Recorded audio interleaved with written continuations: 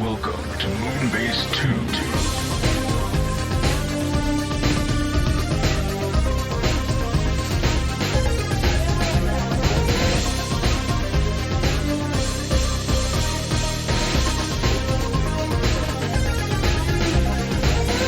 Hello, everybody, and welcome to the Moonbase 2 podcast. My name is Andy, Decayed Andy, and Mikey rears his pretty face once again, coming back to the Moonbase 2 on the 701st episode, because apparently last week was our 700th episode, which you avoided. Interesting. Really? Huh. Apparently, yeah. Interesting. Huh. Not that we do anything special for these, because, hey, we've been going for 700 weeks, not including extra shows, so... Well, actually, yeah, we've been going longer. Yeah. Because we've taken weeks off as well. That's true. Yeah. Can I just interrupt before we go on as I flip a table and say, fuck you, Atlas? Oh, why? What, you mean the god who's holding up the world? Well, in a sense. Persona 5 Royal, Persona 4 Golden, Persona 3 all announced to come to Xbox. The thing I don't have, because I have a Switch and I have a PlayStation. I do not have an Xbox. I mean, this isn't a good thing for you, but if it means it's going to Xbox, then theoretically it could come to PC. I like the picture. You know that picture of like someone drowning?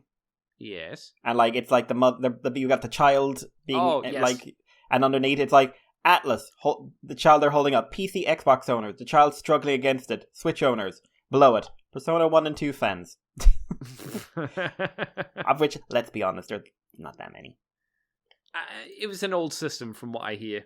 It was, yeah, well, like from what I've seen of it, it's basically like the early Shin Megami Tenseis, but... Yes, yeah. I still haven't played a Shin Megami Tensei. Didn't they have one fairly recently within the last 2 or 3 years? There was a remake of 3 that came out, I believe.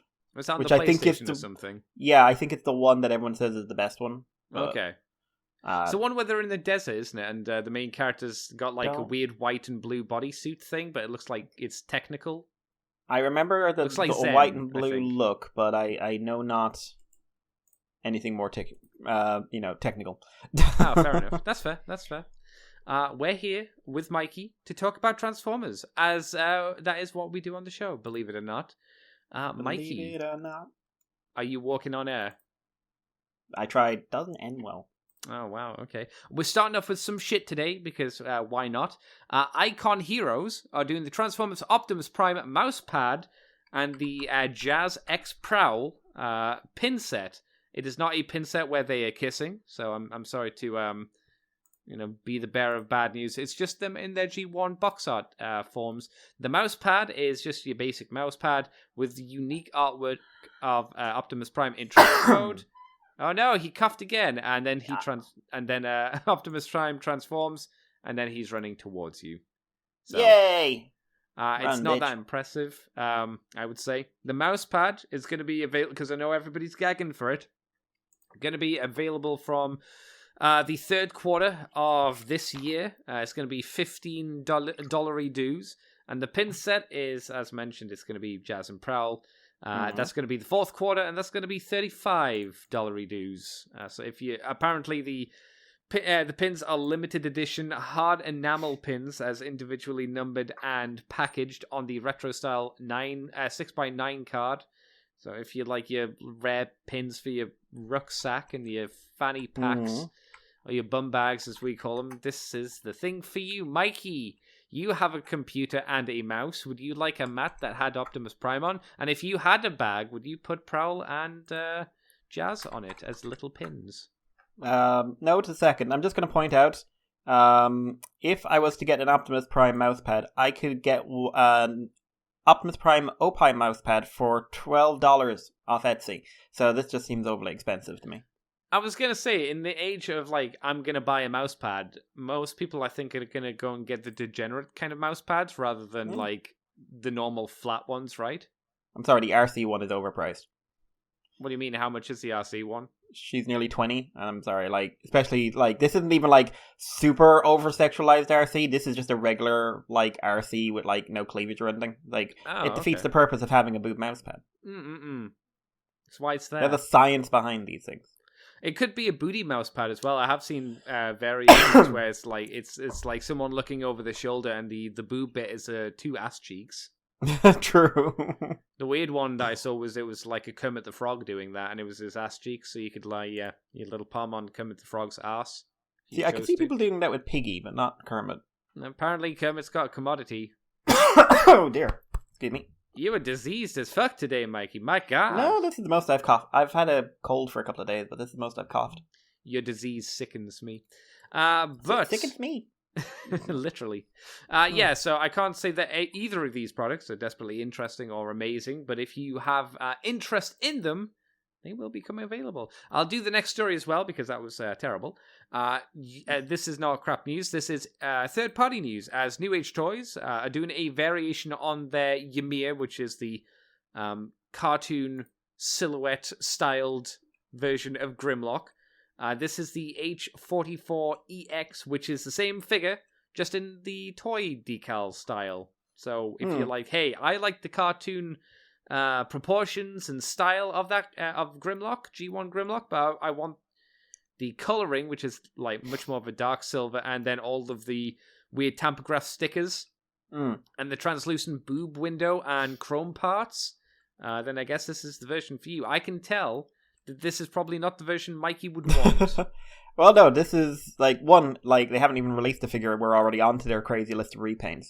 But no, I think it looks decent. I think the road mode, I think the choice of sort of the metallics makes it pop quite a bit. But yeah, no, if I'm getting a redo of this figure, it ain't just into another Grimlock. No. Or not into another G1 Grimlock anyway. I want crazy. I want something weird, man. You want the strange ones. I want the Tiger Grimlock from G2. Yes, the one that never really gets done. Yep. We might get the blue one, and I'll be disappointed if it is the blue one. And I also want... That's the one that they always go to, and I'm like, but that's the boring G2 one. I also want Goryu. Yes, you're still hoping for that. I'm not sure it'll happen, but... They did depth charge. I don't trust anyone. No, I mean, I'm not saying you're wrong. It's just... I think it's a home run swing, but I'd like to see you hit that ball, Mikey. Someone arguing in the thread about whether all these will be the correct scale with each other. For God's sake. For fuck's sake. Does it matter? Yes, Andy. I guess if it's third party, maybe it does matter. Matters to someone. Know. I don't care, but we lived, obviously, as we've said before, we lived in an age where scale was not a thing. Ultra class power glide was a thing. So the best power glide. His boobs glued. His that was not a good power glide, let's be fair. It was a great... Oh, I loved it. It was so terrible. Wow, I'm sure you've sold people on it. Yeah, that Onslaught was actually really good, though. The Onslaught was okay, yeah. It wasn't too bad. I love that Onslaught. Didn't like like it as Hardhead, but I really liked the Onslaught. Oh, I forgot it was Hardhead. That's right. Yeah. He had rotating wrists back then when that was like, holy Jesus. He doesn't have to be a monkey-armed dude. No, but that did mean, like, if you had his arms bending normally, like, there was a big gap in the front from where the fist would fold in. Yeah. Also, I did think he looked quite good, but, like, the hench, like, pose. It wasn't bad. I think if they recolored him to be police colors and you put him together with the Auto Troopers, he would be like a good like that figure. I think instead of being Onslaught, looked better as a brute type of enemy unit in a video game. You know? Yeah, no, I'd say that would be one. You have your normal troops like the Auto Troopers, and then you have the big hench dude who will pick you up and throw you around the map if you're not careful, etc., etc. But yeah, Ymir, Mikey. Clearly, this one's not as important to you as the original version or the hope of future ones. So, I guess we can move on to something else because, there's nothing else to say there, really. So, there's not much to say for me in this one because I really struggled trying to figure out what was different here. That's why I gave this to you because I looked at it and went, what? So, this is X-Transbot MX22 Commander Stack. G1 Ultra Magnus youth version, and I was like, youth version? There's a youthful version of Magnus? Is that a narrative thing? I don't know. I can't think of him being quote unquote youthful at any point. No. So this is apparently the G1 toy variant. Does that make him Which useful? basically seems to translate into more red. Okay. in places, but to me it's absolutely unnoticeable. I wouldn't, if I'm not familiar enough with Ultra Magnus's color scheme to go like, oh wow, it's Magnus. It changed so much about him. Yeah, he got looks... red pants now. Yay, that's he it? changed his underwear? I guess, yeah. So they are making new pieces, including 3 interchangeable faces. But to say these are themselves a bit, is something of an understatement. Why do you say that, Mikey? You have, so, all 8 faces that you have, open mouth, like, O face. Small O face. You have smirk, self-satisfied expression. You have open mouth, not O face. Oh, that's the Dreamwave. Yeah, the Dreamwave accurate Dreamwave version. face. Yeah. Then on the regular one, you have neutral face, right? Okay. You have slightly frownier neutral face. You have face, like move your mouth in that way, and basically you will do that. You will do that face. Just go. You have slightly, I don't know what that expression is supposed to mouth at an angle face. And the last one, which I'm assuming is supposed to be like IDW. Why does he have a weird chin? I don't know, because I can't find anything about Ultra Magnus with that chin. No. Like, if someone knows, I would be very grateful. Like, what was it? Ultra Maximum was that it? The big armor? I know it's not, but if you look at it in the wrong way, it kind of looks like a little lizard. You know, it's got the 2 eyes and it's got a frowny face. You know? But, like, I'm assuming it is IDW because the eyes are smaller and more like comic booky. When did that ever happen? Where he had a little chin strap? I can only think of 2 times because, like, I'm looking like, okay, so the eyes have to be like IDW because I'm just random IDW panel on Google. That's just he looks normal, but he also doesn't have that chin thing. Yeah, chin strap. So if I check, I can only think of 1 time it might, and it's a long fucking shot, but I'm gonna check it. But it's weird and it's really unattractive. It looks like he's got some sort of condition. Yeah, it's not the best. I think we've had issues with these guys before when they've shown face differences, and we've gone, some of these look exactly the same. At least in the photos, at least. Okay, what? Okay, so it is. It is IDW. Oh, it's a real thing. Okay. Based off of. Mm-hmm. So Okay, what? Okay, that's from based off of a change Alex made to his face for. Right. Let me double check. Yeah, for. It looks like Lost Light issue 13, which was to add sort of a chin strap. So Lost Light issue 13 was, I think, the only issue of Lost Light Alex did. And that he did, I think that originally came from, at the end of More Than Meets the Eye, they'd like bulked up the Magnus armor and gave him these 2 little chin strappy things. Right. Which Alex brought. That is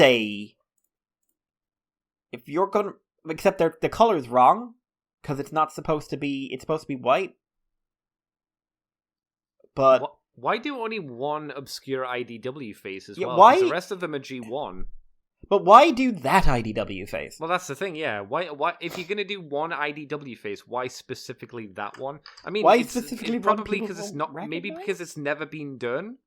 I mean, I grant you, I doubt it has been, but it's. Why wouldn't you just do the regular one? It's a choice, but I don't know why the choice was made. Like, I'm just looking through Magnus's wiki page now, and there's 2 images of that, and everything else is a more standard Ultra Magnus chin. Like, Even in Rom vs. Transformers, where it's a different dude. Like, it's so weird. It's so weird. I don't get it. But hey, if X-Transbots stack, passed you by, cool. Off you go. Andy, what's your thoughts on him? It's another Ultra Magnus. Like you say, it's got some weird face options. And a color scheme which I'm not too like if I already had one, I would not be tempted to buy another one as a replacement and be like, oh no, I need this one. This one I think looks way better. This is to me a very minor difference to the paint scheme, one that doesn't really matter to me. Yeah, on a figure from a toy company or a third party company, bless you, which isn't one that I care too much about. I don't know. I don't see what the big thing is here. It's another option to get him, like you said, but that's about it. I'm not interested. Yeah, it's a bit weird. A tad. You want to take us on to more normal-ish news? Sure. We got a bit of a reveal. Me and the Jason talked about a really low quality image of Yuki Kaze last week. We have now a proper reveal of Yuki Kaze this week. Alongside his bros, we also got to see the torso and head for Raiden as well, the official images for that. And I think they had a little video as well where they showed a little bit of stop motion all coming together. It was a CG thing. Yeah. It's just like, okay, well, fair enough. Go for it, Japan. Why not? Apart from that, but like I say, it's just kind of clearer images. The real reason I got this in here is because I wanted to hear what Mikey's opinion was on Yuki Kaze. Did you think it was really cool, Mikey? Do you like the new update? Did you like what you saw from Raiden's head mode and Raiden's head mode? As well? No, I mean, like, am I wrong, or is Yes. he the same? Is he the same mold as the other one, or is it just because they're both bullet trains? Well, I imagine that they'd have to be different molds on the basis that Shoki has to be a chest.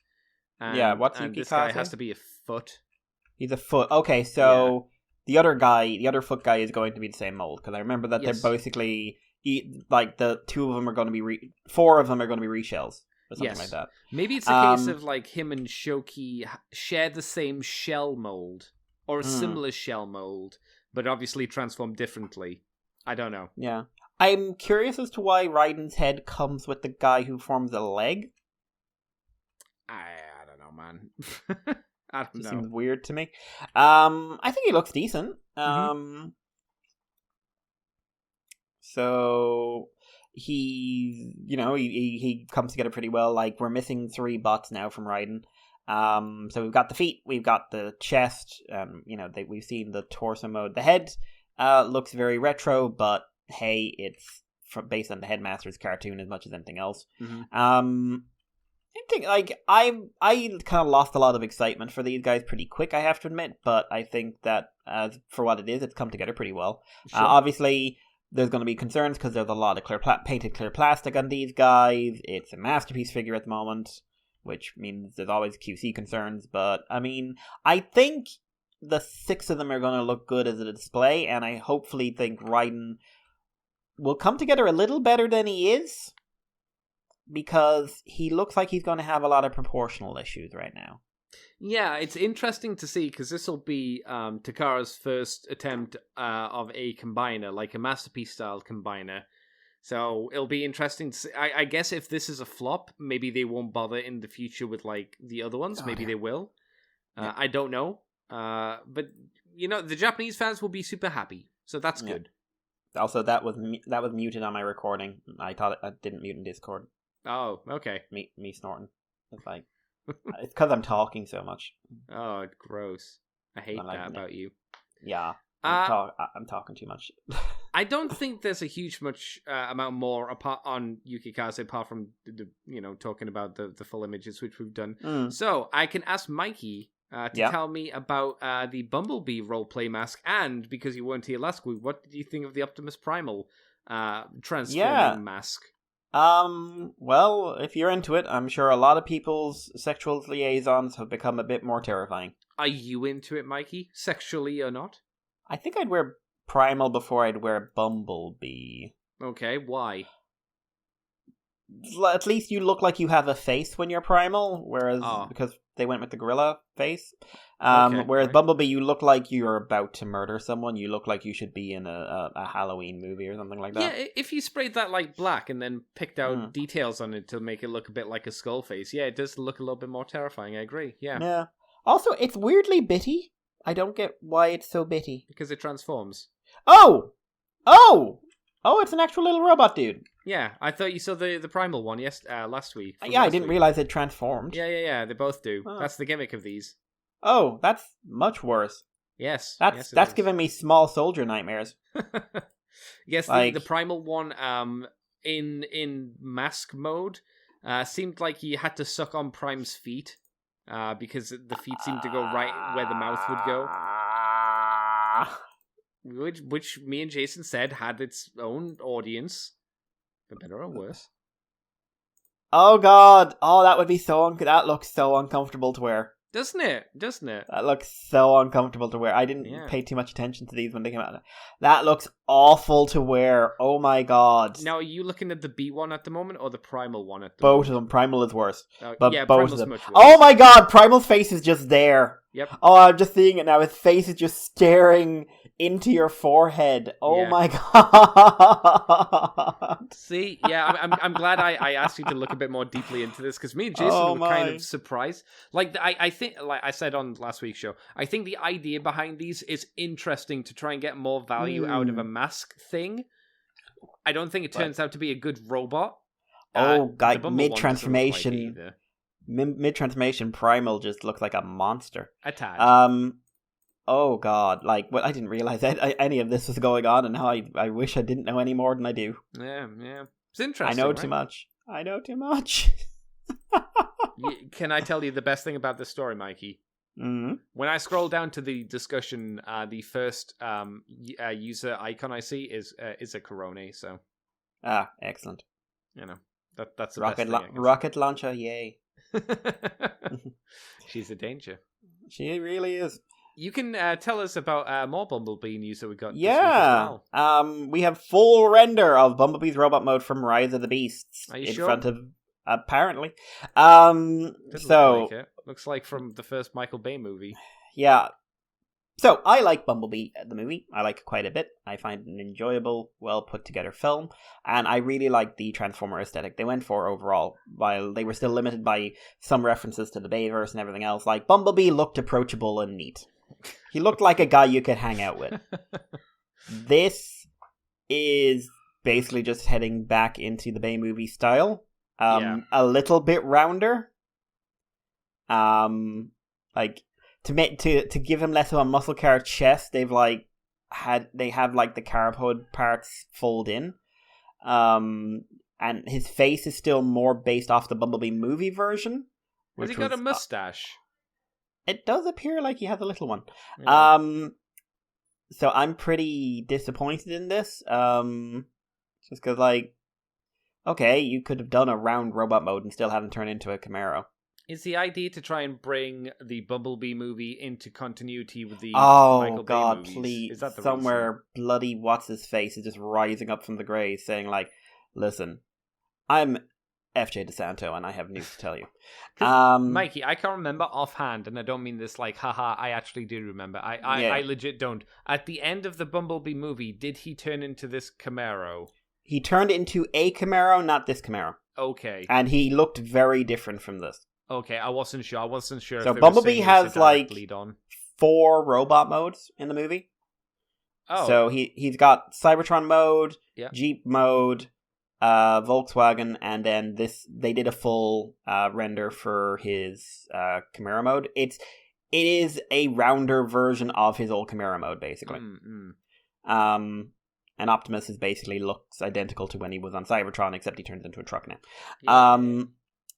But yeah, so I'm pretty let down by this, if I'm honest, and it just adds to the growing fear that this movie is going to be we want to recapture what made the Bay movies make $500 million for us in profits. And I was just yeah, you tried that with Last Night, you lost $100 million. The reason you even want to emulate Bumblebee on any level is because it actually made money.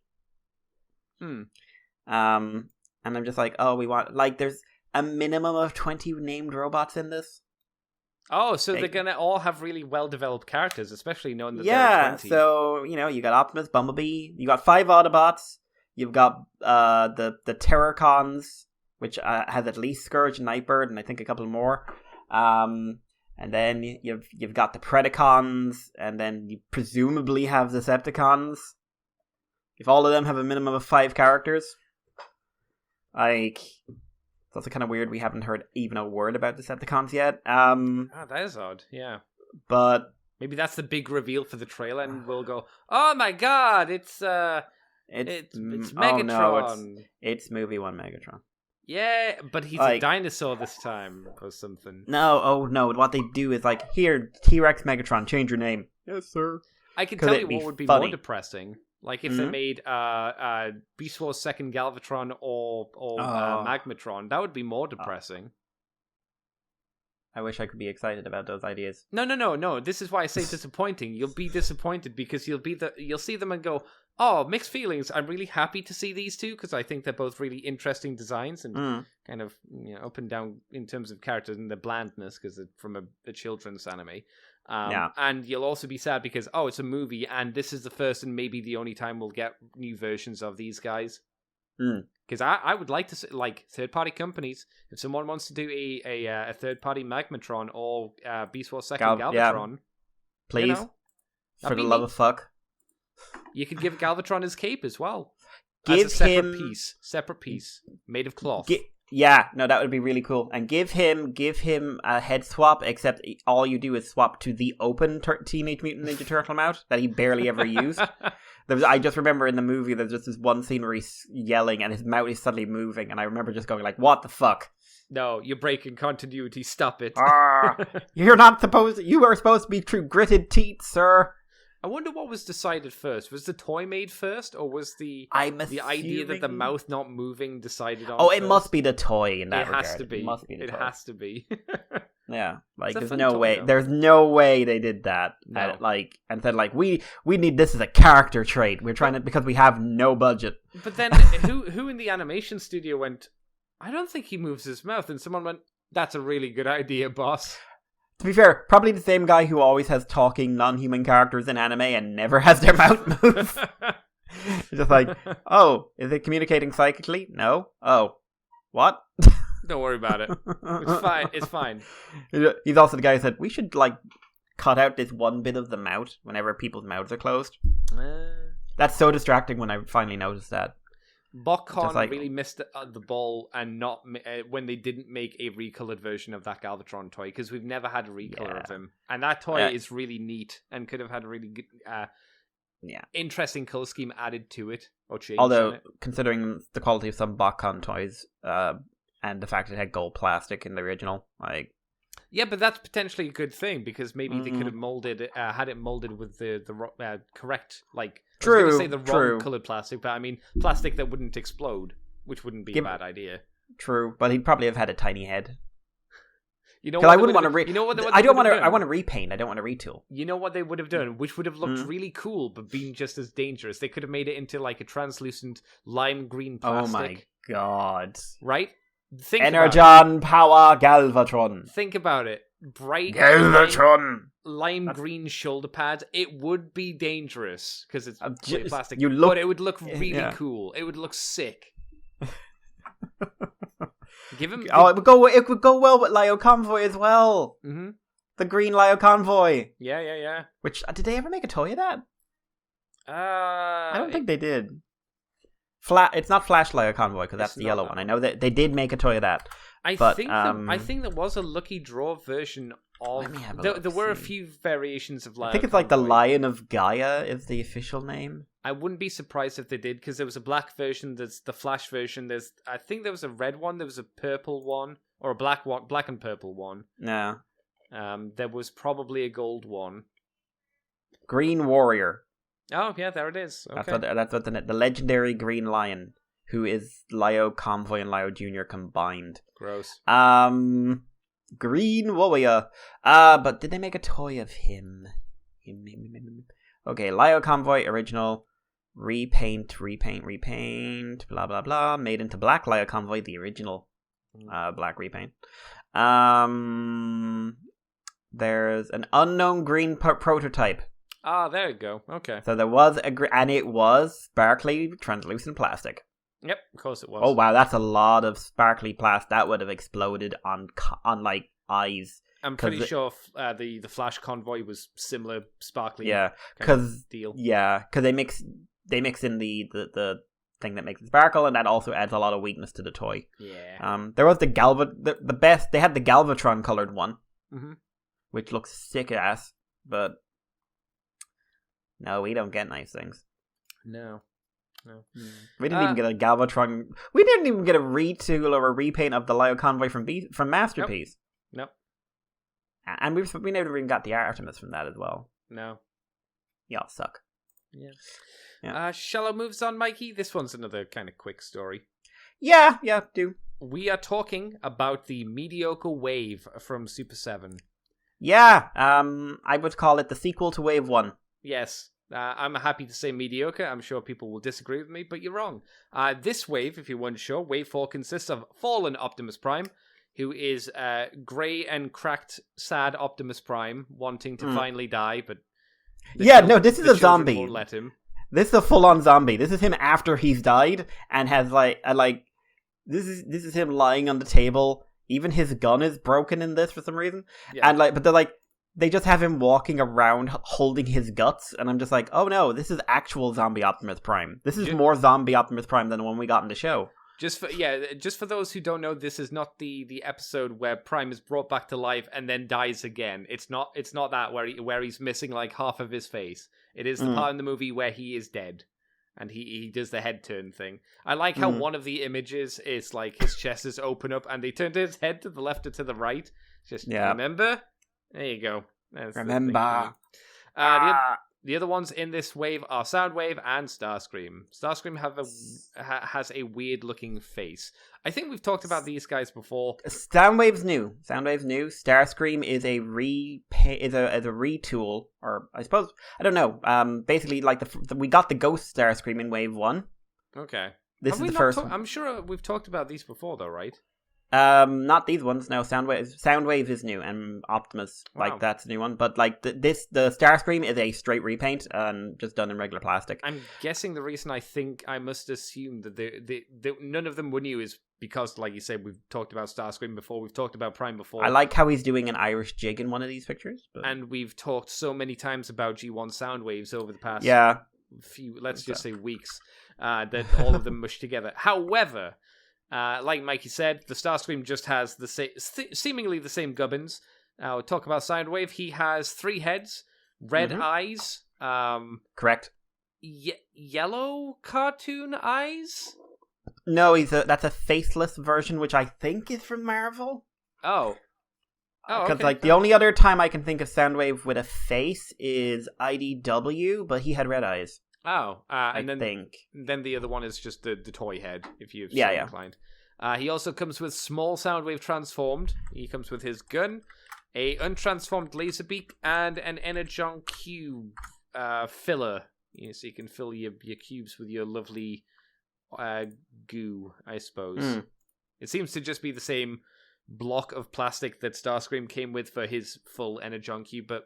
Yeah, mediocre kind of range or line because it's just like it's more of the guys we already have loads of. But the first reviews are out, and basically Optimus seems to be the weakest of the wave. Starscream is a step up, and the Action Masters are both considered the best. Oh, did they say why? Is it just biases because we rarely ever have those guys?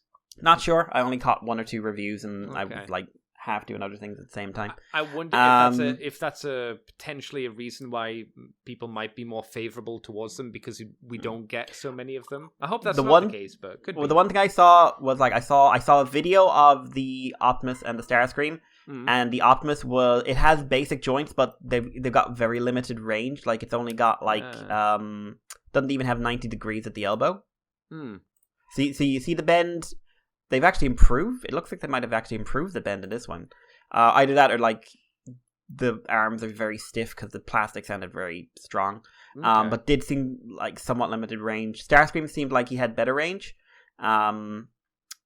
But yeah, I'm very curious because like obviously like Super 7 are not actually known for doing highly articulated figures, but right. These things are big as well. They're bigger than Voyager figures. So I am definitely still very curious and very interested in waves 2 and 3. But yeah, wave 4 is just kind of like, hey, last of the normies, except for like Bumblebee or something. Well, last of the normies that we know about, because this could still do. Maybe they'll do a weird thing of like an interesting wave and then like a standard wave and then an interesting wave. Yeah, I mean, like that would be kind of cool to be honest. But like, I can definitely see them doing a Sound Blaster. Yeah. Out of this, maybe a Shattered Glass one. Yeah, it'd be a nice compromise for those who are desperate for just more G1, and then also appeal to people who want something good. I suppose you could do like the Marvel Soundwave in like the purple, sure. Which would kind of explain the Marvel head a bit more. Yeah. I don't know. Anyway, like this is by far the least interesting wave because it's 2 repaint retools and 1 new figure, which is a guy we get in everything. Feels like it, yeah. Mikey, do you want to take us on to the last 2 stories? Yeah, so first up, this caught basically the internet off guard. So we've heard about the Velocitron set that's been rumored for a while, or Velocitron line. Override's going to be in there for some reason. The green grapple repaint is going to be in. Overhaul is going to be in there, which everyone thinks like, boy howdy, when I think speed, that's what I think. And then someone said like, well, he's in the Wreckers comic, and he said he's in the Wreckers comic because he's in the line, darling. Like, he's not on Velocitron there because someone was really desperate to have Overhaul in the background of a race. You don't know. But apparently, one figure that is coming to the line is IDW Blur. Huh. Didn't see that coming. So, now they actually pictured this with the Sarah Stone taken design. This is very heavily based off of the Guido Guidi design from Spotlight Blur. Okay. So quite a lot of retooling, new shoulders, new arm kibble. Like, the arm kibble's been changed. The legs are the same. The chest is the same. The head is brand new. The head is actually really good. Agreed. Because he has an expression. Yes. And it's a little smirk, and it's really quite on point for Guido's design. Vehicle mode looks largely the same, but they've retooled the front, and they've retooled some of the sides, and they've retooled the sides of the back sides have been retooled, and the front sides have been retooled to add wheels. Kind of works, I have to admit. I don't know. Given the fact this mold isn't dedicated, I much prefer like the Shattered Glass repaint. Yeah. See, vehicle mode, but I wouldn't be kind enough to say that the vehicle mode works. I think it's maybe a compromise, because I think the robot mode looks very nice. I think the robot mode has a lot of expression to it, and like if you already had the G1 version, I think there's a decent enough reason to get this. It looks different enough that it doesn't feel like you're getting the exact same figure visually. But definitely. that vehicle mode is, you just look at it and you go, oof, that's. I do like both the Blur retools are, in my opinion, a big step up from the original. Retools. So yeah, well, they're retools. Oh, I get. Yeah, well, I guess the other one has a head redo. Yeah, you got a redo. He's a retool. Yeah. And I think he has way better colors.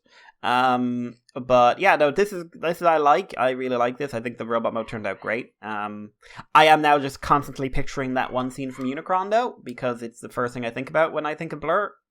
Which one? The one where he basically gets his flash moment, and as the planet's coming apart, he grabs everyone and starts hurling them into the transport ray. And he's like, I'm the fastest Cybertronian alive. And it's like, oh my god, this is the Wally West scene. This is so much fun. And then at the end of it, just like, I'm fast enough to save everyone, bar one. And then like the ground just erupts underneath him, as I think he threw tracks in last. And Blur dies very graphically because Alex was drawing it. And I was just like, oh man, I like Unicron. There's so many bodies. But no, I think this is really good. Yeah. I can live with a substandard vehicle mode. I'm staying kind, but... Yeah. No, you're not wrong. I mean, color-wise, he is a lot of one color of blue for the most part. But that's the design, so what Yeah, can you do? that's accurate. I think it looks better usually when it's done in a comic book, because you can also add lighting to the color. Yeah, that kind of change. While the figure can't really do that. This is something, if you like doing some like highlight work in your figure or something like that, this will pop. Will pop real damn well, because he's got more lining potential than the original version of the mold. Yeah, get your panel liner or whatever goo that you use to do that stuff. Yeah, he'll pop a lot more, like you say. So, the last one. So, remember G.I. Joe versus Transformers or X-Transformers Megatron? The figure, some people were very excited about it, and some people were clearly not. I remember we were disappointed, and then we were horrified when we saw how much it was, yes. Yes, what if we did that with Bumblebee? Yay. I think this looks better than Megatron, though, because it's not just G1B. It feels kind of like they were trying for G1B, but the design wouldn't let them. Yes, but it means that they didn't get G1B, which is what we complained about primarily with Megatron. Yes. He was just G1 Meg. True, but slight problem. I also think this is a bad design. Certainly, like, I think the legs are real damn messy. I don't like the collar. I think having the green fists in there is really distracting. And like, it has that thing of just like, they tried to do like the core character color for Bumblebee, and then surround it with the G.I. Joe vehicle. I think it might have been a good idea to have as many of those green pieces black, potentially. That would have been a good idea. Keep the normal Jeep, whatever. I can't remember the shitty G.I. Joe vehicles. Oh, it is a AWE Striker. Yeah, the Striker comes with Stalker. If you could keep the general colors for the for the Striker, fine. But then just for the parts that are hidden away and are not exposed in the vehicle mode, just make them black. You don't need to make them yellow, because the yellow and the green do not work well together on this figure. Yeah, no. So just make those pieces black. I think it should have been Beachcomber. That would have made too much sense. Basically what he was. Yes. Well, and then you could have had like an anti-war hippie in a military unit of like the US Army. Think of the potential. It's just like, I don't want to kill nobody, man. And then Stalker in the back just like lambasting people with a Gatling gun.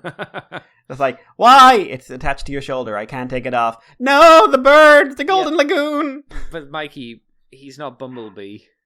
But he could be stoned the whole time, and it could become like this weird Vietnam analogy. You know that's not how this works. We gotta have our main characters, and then if we're lucky, we can do the weird characters as well. But we have to have the main, like Optimus Prime, Bumblebee, Megatron. Yeah, can I just say, like, okay, so the first one you get for the G.I. Joe fans. The first ones you get like, hey, here's a Transformer and major villain Baroness, to the point where many would say she is the face of Cobra. She is the face of the franchise for many people because they really find her hot, and she's acquired a life of her own in the wider nerd culture that Cobra Commander sometimes lacks.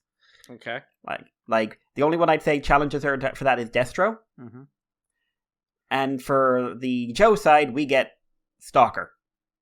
I don't think you're a good judge here. Stalker's a pretty big character for G.I. Joe. I'm just going to say, like, because this is going to be selling to people who go like, oh, I remember. I bet most people who go like, oh, I remember, are not going to go like, oh, I remember Stalker. Did you watch any of the show as a kid? Yes. Did you?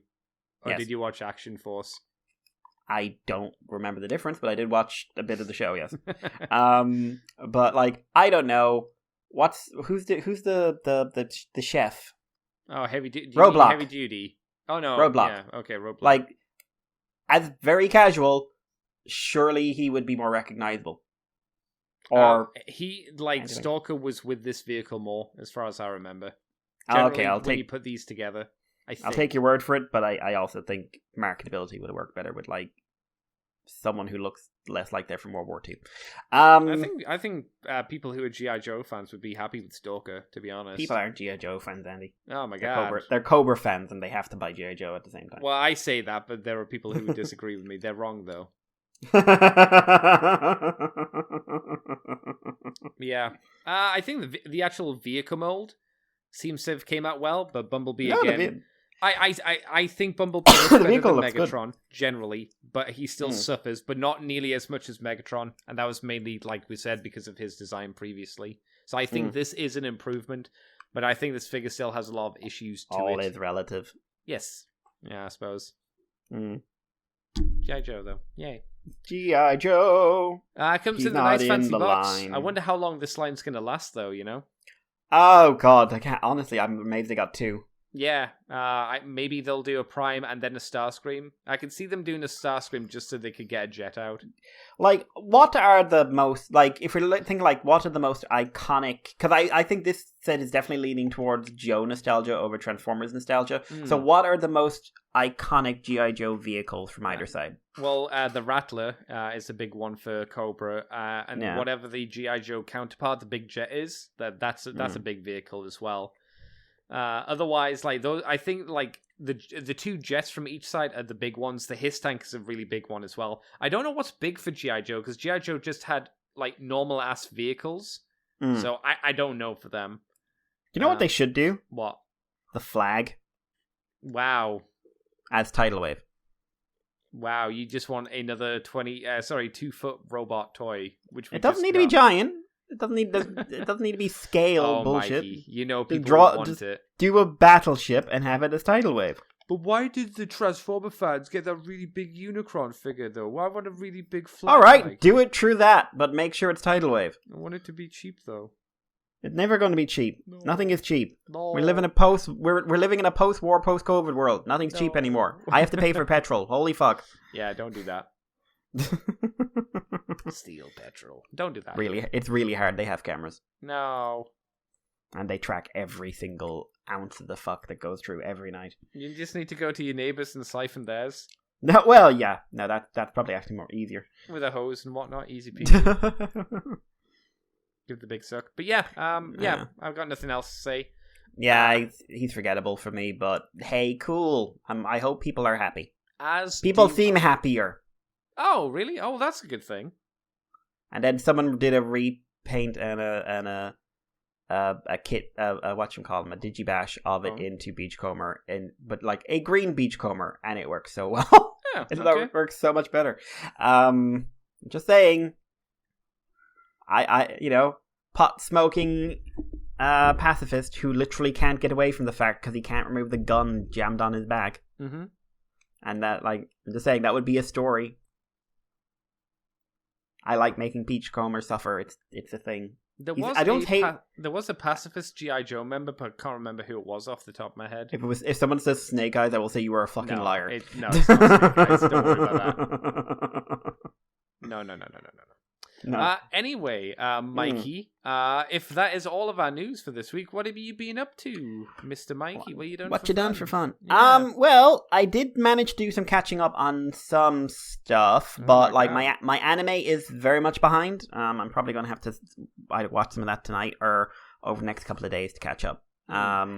So, still behind on Spy Family, haven't caught up on what looks like to be the effective main arc of Season 2 of Shield Hero and Digimon, and I haven't tried anything new or anything like that. So, what I did do, there's a bit of a theme to this week, if I'm honest. First of all, I'll just say this. Orville Season 3 has started. Oh, yes. So I, for the first time in a long time, decided, because I've never seen Season 2 of Orville. Okay. Which people basically say, like, yeah, it drops a lot of the elements that didn't work and just becomes really good. So I decided I'm going to rewatch the Orville. So I'm 4 or 5 episodes into Season 1. Mm-hmm. So for context, Orville, certainly Season 1 is really badly reviewed. I think Rotten Tomatoes at the time was something like 20 or 30%. By critics or by the public? By critics. The most important opinions in the world, Andy. Yeah, never go off the critics. Specifically, American critics. The only critics that matter. Wow. Side note, for the first time in a while, I've unsubscribed to a long-term YouTube channel. One I've been subscribed to for over 10 years. Oh, why did you stop watching the Nostalgia Critic, Mikey? It was actually connected. Oh my god! I have unsubscribed from the Angry Joe show. Oh, yep. I was going to joke there. Yeah. So I have been But why? He's got some good takes on media. It's because he has no content of value.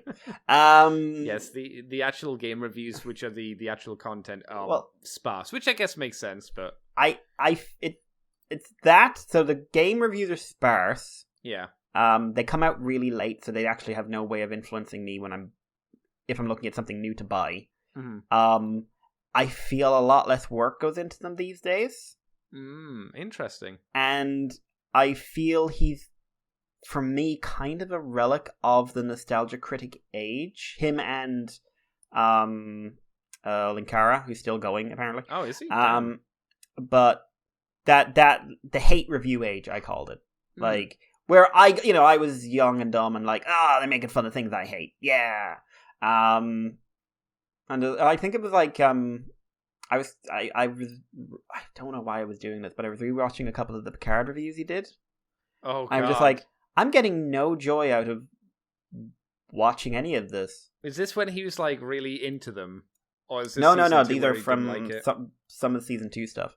He's still pretty positive on season 2 for a lot of it, though. Oddly enough, he seemed very begrudgingly annoyed by it. It seems like out of the three of them, Alex has the better takes.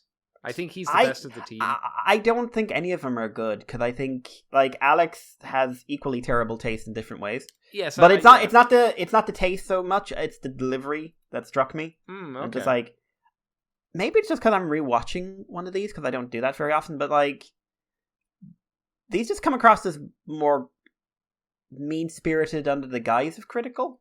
Okay, why do you say that? What makes you feel that? Just the tone, and like it was actually the kind of thing that inspired me to do the Patreon show, which was me talking about Jurassic World, and it was mostly just me. I used it as an excuse for me kind of considering how the language we use when we're talking about films and things like that.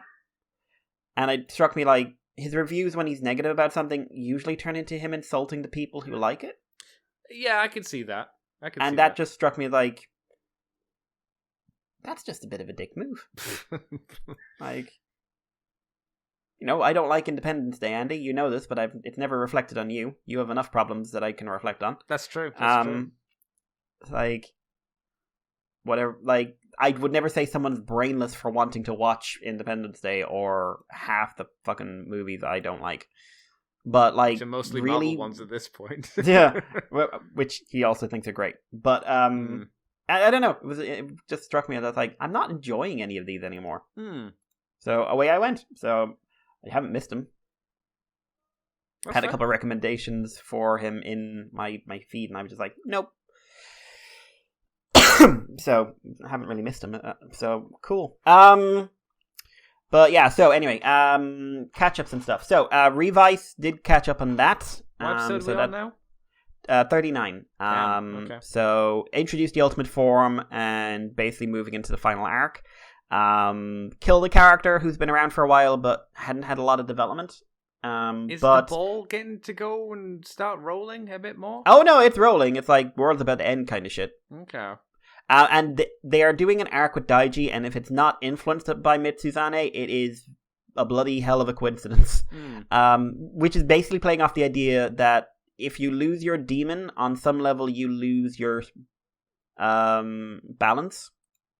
That makes sense, yeah. So, you are a mix of light and dark. What happens when you literally murder dark? Yeah, so yin and... I'm guessing they're going for kind of a yin and yeah. concept. So essentially you have a very... a person very obsessed with righteousness and doing the right thing with no more voice in the back of his head pulling him back. And what happens when he thinks that doing the wrong thing is absolutely the right thing, and how far will he go? So they're doing that. It's not as good as Mitsuzane arc, because I don't think Daiji's actor is really up for it. Like, he doesn't have the emotional range. Like, he is one of the weaker actors in the show. I've always felt this. He plays Kaguro quite well. I think he played Kaguro better than he played Daiji. I'd say a little bit overacting sometimes with Kaguro, but I guess that was required. I think that's kind of his problem. He overacts a lot. But again, the secret truth of Revice is that Sakura is the secondary writer. We all know it. But it's an interesting arc, and it has the most recent episode was very good, very very good. I really really liked it. A lot of drama, and he had some really good moments in it, and it's culminating in a lot of action. So Hiromi's back as well. Doesn't look like he's going to be a writer again, but he's getting some good shit because that dude can act.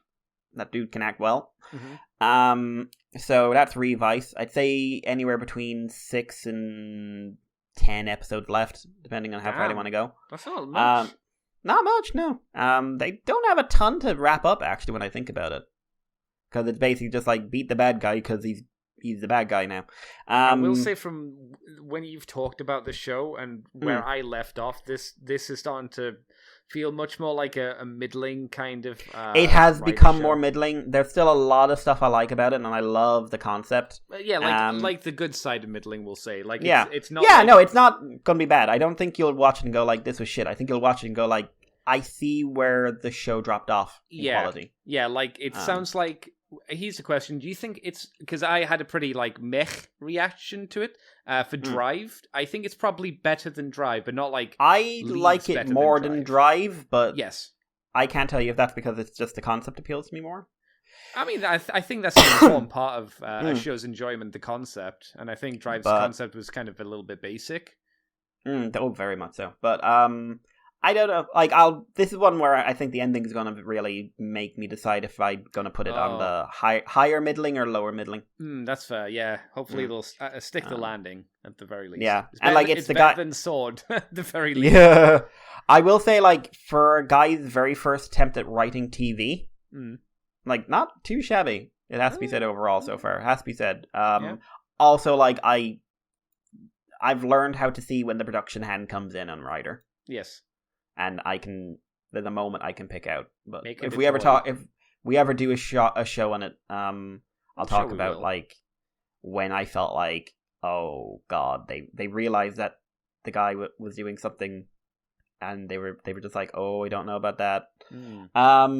But yeah, so that was Revice. The Orville, like I said, I've been watching that up to episode 5. Really interesting show to watch with when not live. That was terribly phrased, but so it's a show where Seth MacFarlane's humor does not work. No, at all. It's literally a detriment to the show. It is a very much in the early episodes, really strong detriment, and yet it is so sincere, and the dramatic points are quite well done. Yeah, it's weird, isn't it? They do an episode about it's an analogy for being transgender and people kind of forcing the identity they want you to have onto you. And they do it from the perspective of a single sex race where one of the main characters, Bortus, he's got a husband and it's a whole male race, and then they have a daughter, and it turns out once every blue moon a girl's born and there's a forced reassignment surgery. So, and Bortus decides that he doesn't want to take, if his daughter one day says, I want to be male, he wants to give her the choice to do that. If she doesn't ever want to do that, he wants, her to be happy because of Rudolph, the red-nosed reindeer. But it's quite a well-done story, in my opinion. I think they very cleverly they make the guys on the other side of the legal side of it, the ones who are, demanding the sex change, they make them unlikable. And they, you're not on their side, but they don't make them comedically evil. And a very interesting thing from this, the inverted commas good guy side loses. Yeah. And from what I understand, it's a continuity thing. This is coming back at some point in the show. They have quite an all-star guest cast, Liam Neeson and Charlize Theron in these, but both in very interesting ideas and very interesting episodes, and it's getting more serious as it's going on.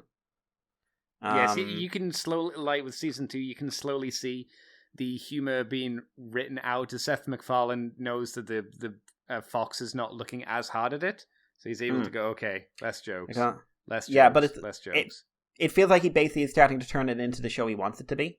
Yeah, like I say, because Fox isn't as focused on it now, I think. And now it's over on Hulu, so it can be whatever the fuck it wants. Well, yeah, for season 3, yeah, definitely. Yeah. And I didn't read the reviews, but I just saw star scores for reviews for it, and they're very high for season 3.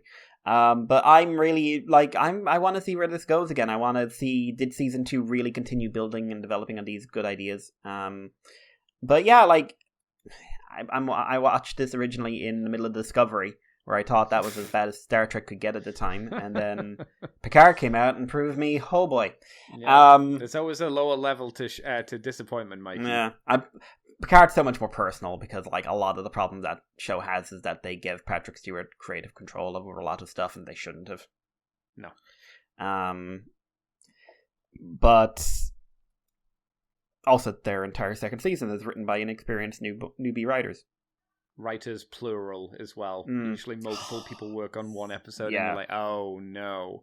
Yeah. But I still haven't tried Strange New Worlds, but literally every source I have is saying like it's a really good Star Trek show.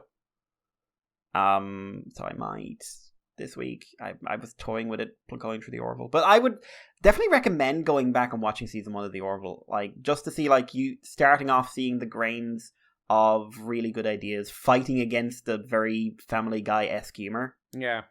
Like, there's a point where it feels like it's trying, like, 1,000 Ways to Die in the West. Oh, yeah. Except it's never that bad because, like, we got quality jokes from there, but then suddenly you go, like, and here's some drama, and, like, it's actual drama. Mm-hmm. Like, so I would say the Orville is an interesting little animal. I'm going to keep on going with it. So I also watched, so this is, so this is where we entered the theme of the week.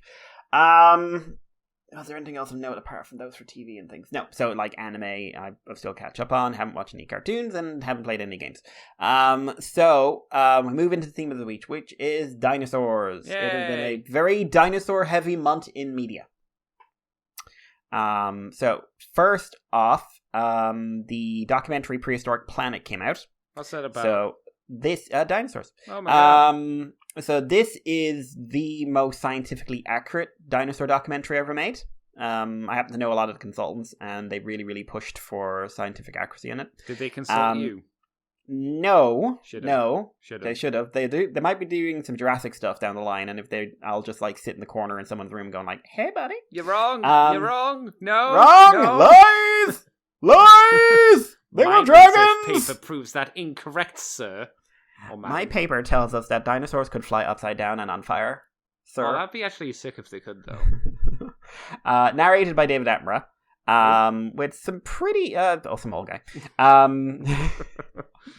Yeah, you don't say that loudly in my field. No, I bet that's like Optimus Prime is shit kind of. And basically each episode kind of follows a pretty standard Attenborough-esque nature documentary template. So multiple animals, multiple small stories. Mm-hmm. At no point did they talk about the extinction, which I think is always an advantage for a story, because I think the extinction has become too much of a fallback for documentaries and stuff like that. But overall, it's very good visually. It doesn't always have the best animation, but it is quite well designed, and I found it very enjoyable. Like I said, small stories, small events. Lots of atypical stuff, like the pterosaurs, the pterodactyls and things are like, they've got their really nasty side on display in this one. What do you mean? They're saying like words? They're swearing the entire time. Oh, no. But baby eating, stabbing, flying, more baby, quite a lot of baby eating. Stabbing. There's stuff like mosquitoes killing baby dinosaurs, but then you get onto like when they do the meat eating ones, they go very atypical as well, because they do like, hey, here's a T-Rex and his kids, and that's what it's about. Or here's a T-Rex and he's just after meeting a nice lady after having a wash. Oh, nice. And like just like, and there's no like roaring into the middle of the night and stuff like that. They try and make it a bit more grounded. Does lead into a couple of flaws though, because one, the audio design is not amazing. Okay. In fact, there's one scene where the audio, the Foley work, actually is hurting my ears. Is it just too loud? It's too loud and there's a reverb on it or something like that, and it's just like, it's just an animal calling, but it's like they've gone too deep, but they've also fiddled with it too much, and it's just like, it's one of those like really low, harsh noises, like that kind of thing. Okay. Yeah. But imagine that with like amped up and like 5 times the volume. Right. They do fall back on a lot of repeating trends, like, oh my god, every single episode has an old buck who usually loses a fight. Yes, we get it, old things die. Thank you. Moving on. And here's the biggest flaw, in my opinion. I think that the visual storytelling is so excellent. I really, really, really wish they had a narration-free version. Oh. They need to edit it down because some tracking shots are too long. Do you think that might be on the DVD, like potentially? I hope so, because that sounds like a good bonus feature. It's a weird thing to say, but I found Attenborough very distracting throughout because the visuals were doing such, like, in a way nature documentaries can't, because they're using, like, real animals doing real things. The visuals are so well put together and so clearly telling their story. I've gotten this way about a few different types of documentaries as well. I would much prefer a narrationless free one and let the visuals and the music communicate what you needed to communicate. Yeah. But it was also on Apple TV Plus, which you can get on a 7-day free trial. Wow. And I would say there's no reason to keep it after those 7 days because there's almost nothing else on Apple TV Plus. What do you mean? It's got all the good shows like... Apparently, the shows that are under are good, but I'm not paying money for them. No. But I will say the trial's there. It's 7 days completely free, and I think it's if you like documentaries in any way, or like I said, just like good visual storytelling and a lot of unusual ideas you probably haven't thought of, it's worth having a look. The next thing was I got some figures. The Mattel's currently doing the Hammond Collection, which is the collector style Marvel Legends Star Wars Black series for Jurassic Park. So they've got one wave done. They've got how many more figures announced? Four figures announced as well. So these are going to be as movie accurate as you can on like a 20 plus price range. Of different characters, different dinosaurs from the film. So, I'm going to actually have some stuff to send you for this because you will have no idea what I'm talking about, I'm sure. Dinosaurs. So, the first wave is Malcolm, the Jurassic Park Velociraptor, the Baryonyx, and the Parasaurolophus. I've got the whole wave ordered. The Malcolm and the Raptor won't be out for a while. But I did get the Baryonyx and I got the Parasaurolophus. So these are all in scale. These are all in the 3 3/4 inch scale. So these are all about... They're not in scale with the Beast Wars Megatron. I'll say that much. But they would be in scale with the His Tank Megatron. Yes, they actually might be. Yeah. I'm just dropping them into the chat there. So there's one, and I need a picture of the other one. There's the other one. Open image, a new tab. That's the Mattel scale now at this point, isn't it? The 3 3/4 inch. Yeah. So they had the Amber Collection, which was a 6-inch scale line, but it meant they were really limited what dinosaurs they could do. Is that because they would be way too big otherwise? Way too big. Yeah. So they had like 7 million raptors. I guess that's why Dino Riders went for the scale they did back in the day, right? Yeah. So the whole idea of this is have it all in scale with the movies and everything else. So I've got 2 dinosaurs. I've got Malcolm on the way and I've got Raptor on the way. So Baryonyx is the carnivore. He's the one with the big long mouth there. This is a really well-articulated figure. First of all, really good paint job overall, although you can tell it's like retail range because like there's quite a lot of little gaps here and there, and there's a couple of paint flecks and everything else. Like this is not like a $50 figure. But this is the most articulated dinosaur figure I think I've ever handled. Even compared to those Kickstarter ones that you got ages ago. Yeah, because they have articulation, but they are, one, not really designed to use a lot of it on its own without a stand, and 2, the quality of the plastic is very NECA, so it fights you a lot of times, so you have a lot less range than you think you do. I remember you telling me that, or telling us on the show that the joints were there, but they were, for the most part, useless. Yeah, they're doing a horned dinosaur line, and there's one in particular they're doing that I am going to pick up. which I think will be a bit different because it's four-legged, so it should be a bit, balancing won't be the same problem.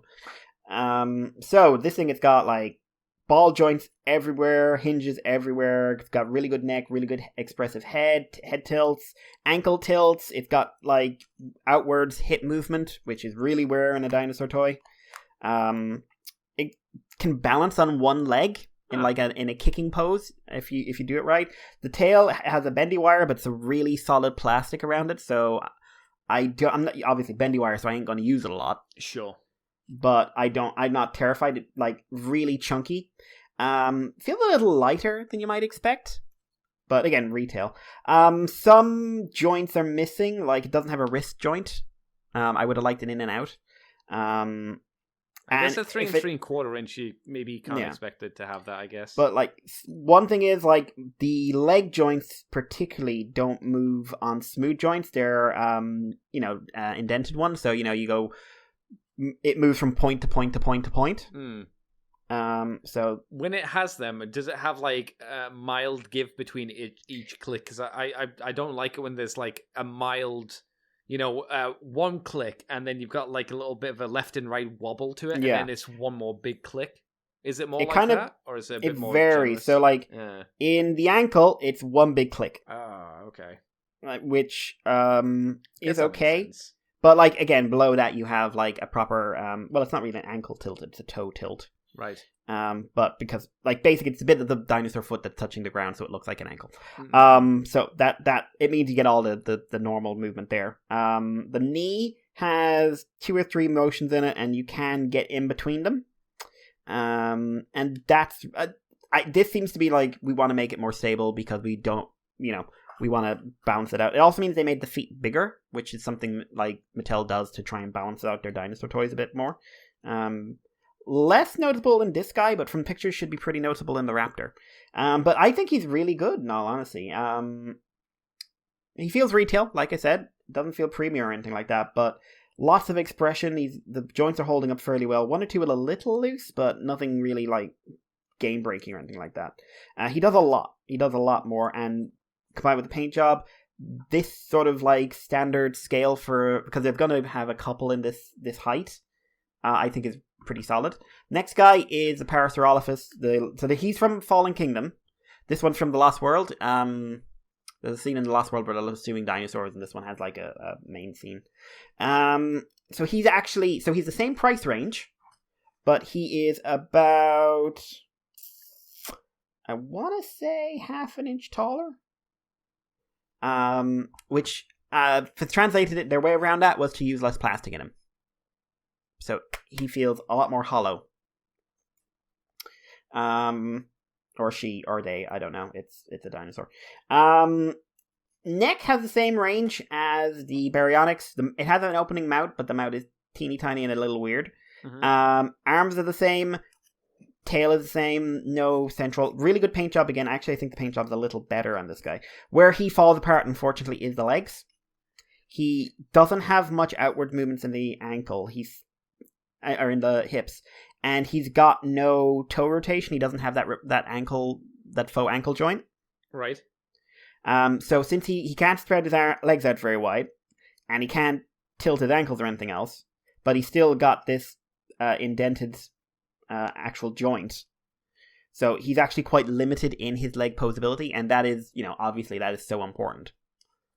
So basically, especially given his larger size, he can hold 1 or 2 simple poses that you can like add character to. So while I like his sculpt, I think I might like his sculpt a little more. I think as an action figure, the Baryonyx is much better. But so the next ones they've got announced are Alan Grant. So obviously Malcolm and Raptor, but in Alan Grant, Dilophosaurus, Ceratosaurus, which was in Jurassic Park 3 in Camp Cretaceous, Triceratops, and Rexy. So Rexy has gotten people very excited because she's very big. She's going to be quite large. I would definitely like to see how the 2 smaller figures turn out. Oh, and Gallimimus. They're doing a Gallimimus as well. But yeah, I'm definitely interested in continuing with the line. I don't know if I'm going to go completionist. I don't think I will. I think it's going to be like... I don't know if I get like a few... Like, I'd probably get the Dilophosaurus. I don't think I'd bother with the Gallimimus kind of thing. But yeah, like, I'm very interested in how the human figures differ from their standard 3 3/4 inch figures. I believe they come with more accessories and have a bit more posability. But yeah, overall, I think they're really nice. For $20 each, I think that's pretty reasonable. You're fairly happy in the end, then? You will continue get more? Yeah, definitely going to try and get that Rex. But you don't like the T-Rex. You go to hell and you die in a fire. So, the next dinosaur thing was an animated series called Dinosauria on the web thing. It's basically, I mentioned it before, it's basically like animated shorts done by a single guy, kind of in the style of Age of Reptiles the comic is probably the closest thing, like close, personal, intimate stories about individual dinosaurs. He wrapped up the series with The Last of the Tyrants, which is about T-Rex. Specifically the last T-Rex, post Big Boom. I do dislike, as I said, ending on the extinction as like your default ending for everything to do with dinosaurs, but it's a very well done, very emotional story.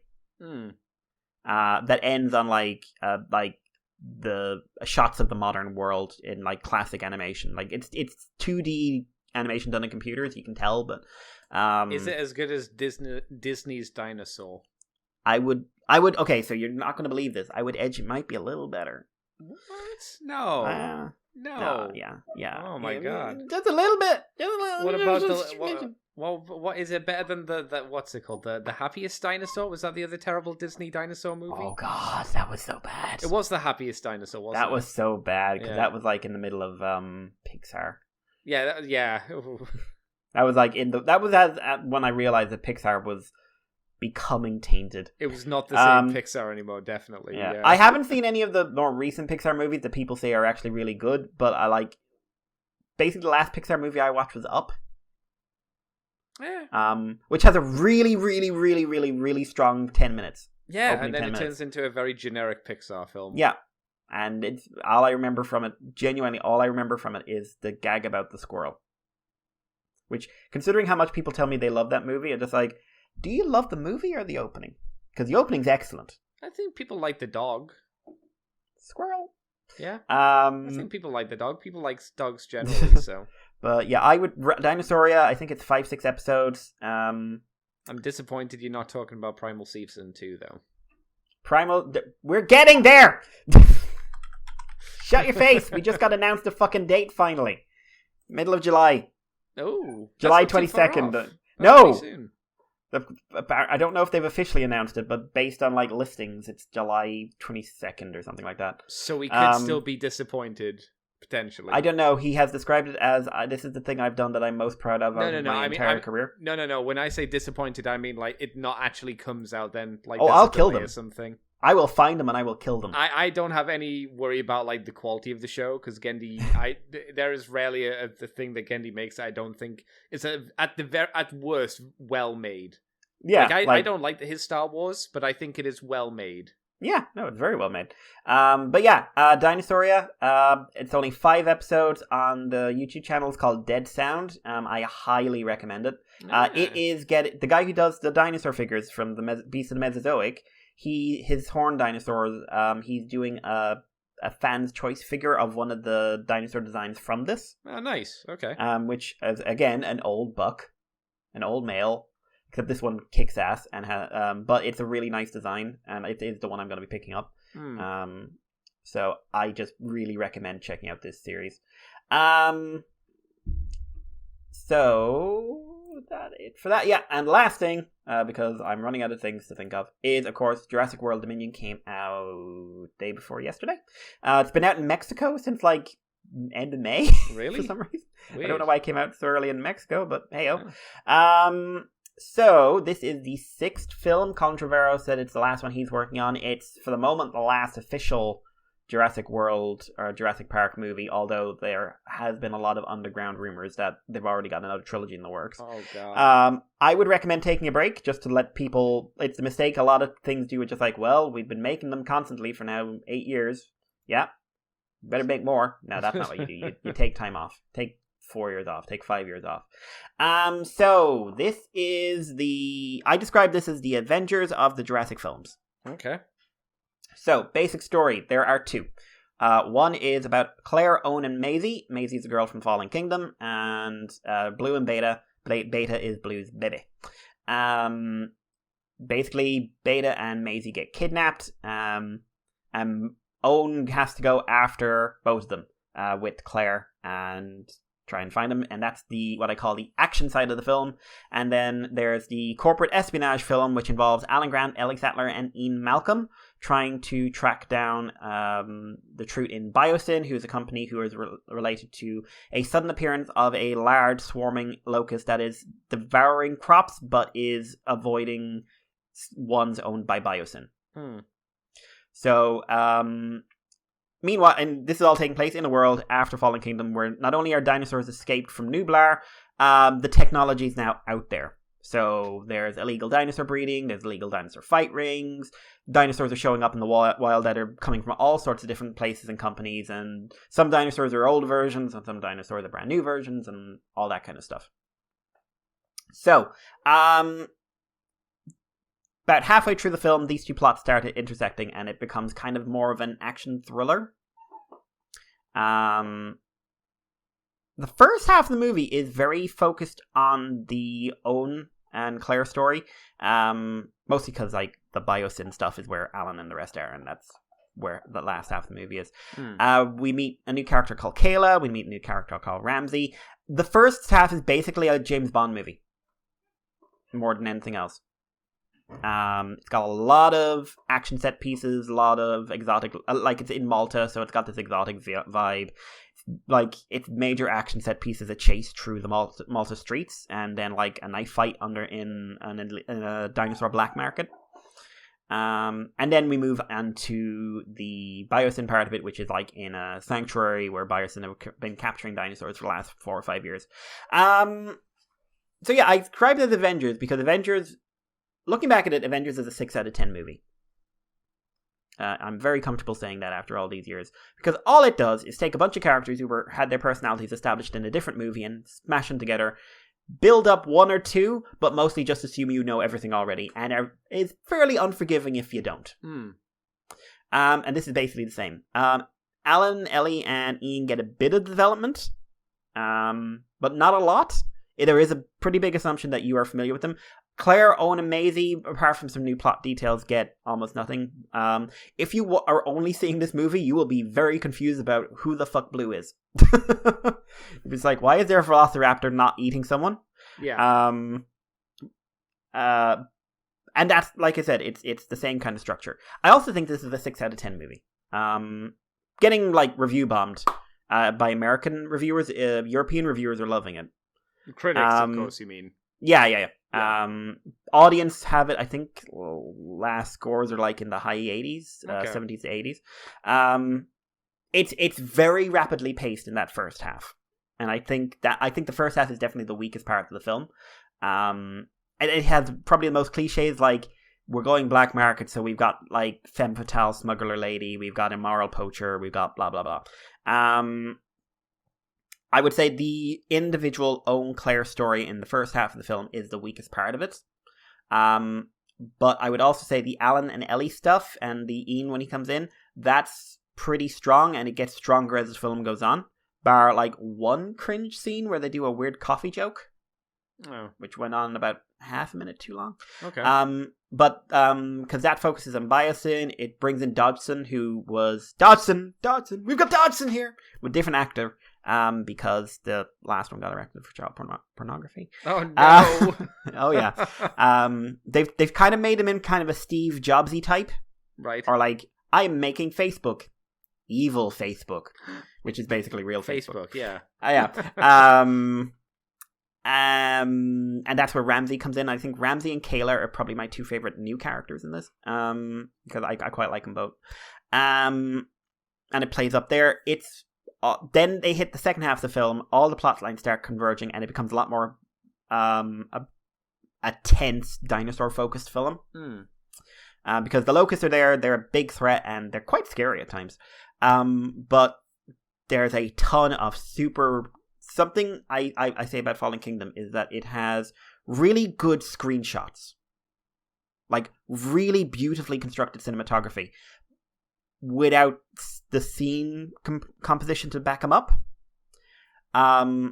This film does not have, like, fantastic, oh my god, this big a great screensaver moment, but it has really well constructed dinosaur scenes. And since the last half has a lot of dinosaur scenes, and then has all the character scenes be all our characters interacting, getting to know each other, developing, which means all new stuff, which again was the strongest part of Avengers, it gets much stronger. Wu is really good in this.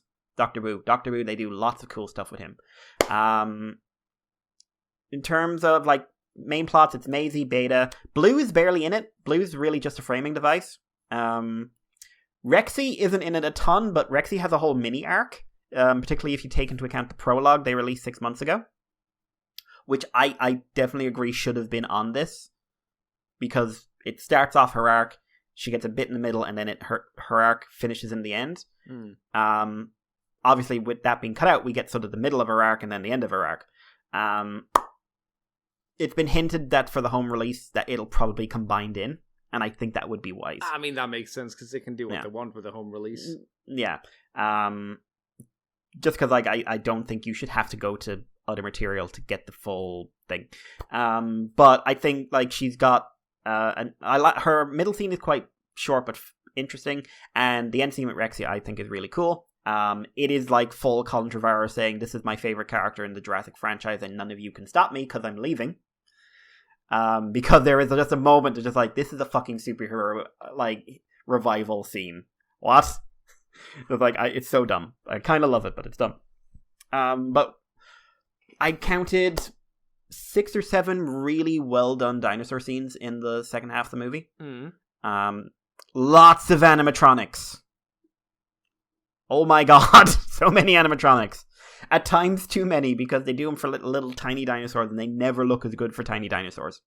But they really contribute to some of that scene composition I was talking about, like the big main new dinosaur, the Giganotosaurus, the big carnivore. A lot of their big scene is using an animatronic, and it changes how they can do the scene, because you can't do the stuff with the Indominus, which is the Indominus can go anywhere at any time at any speed.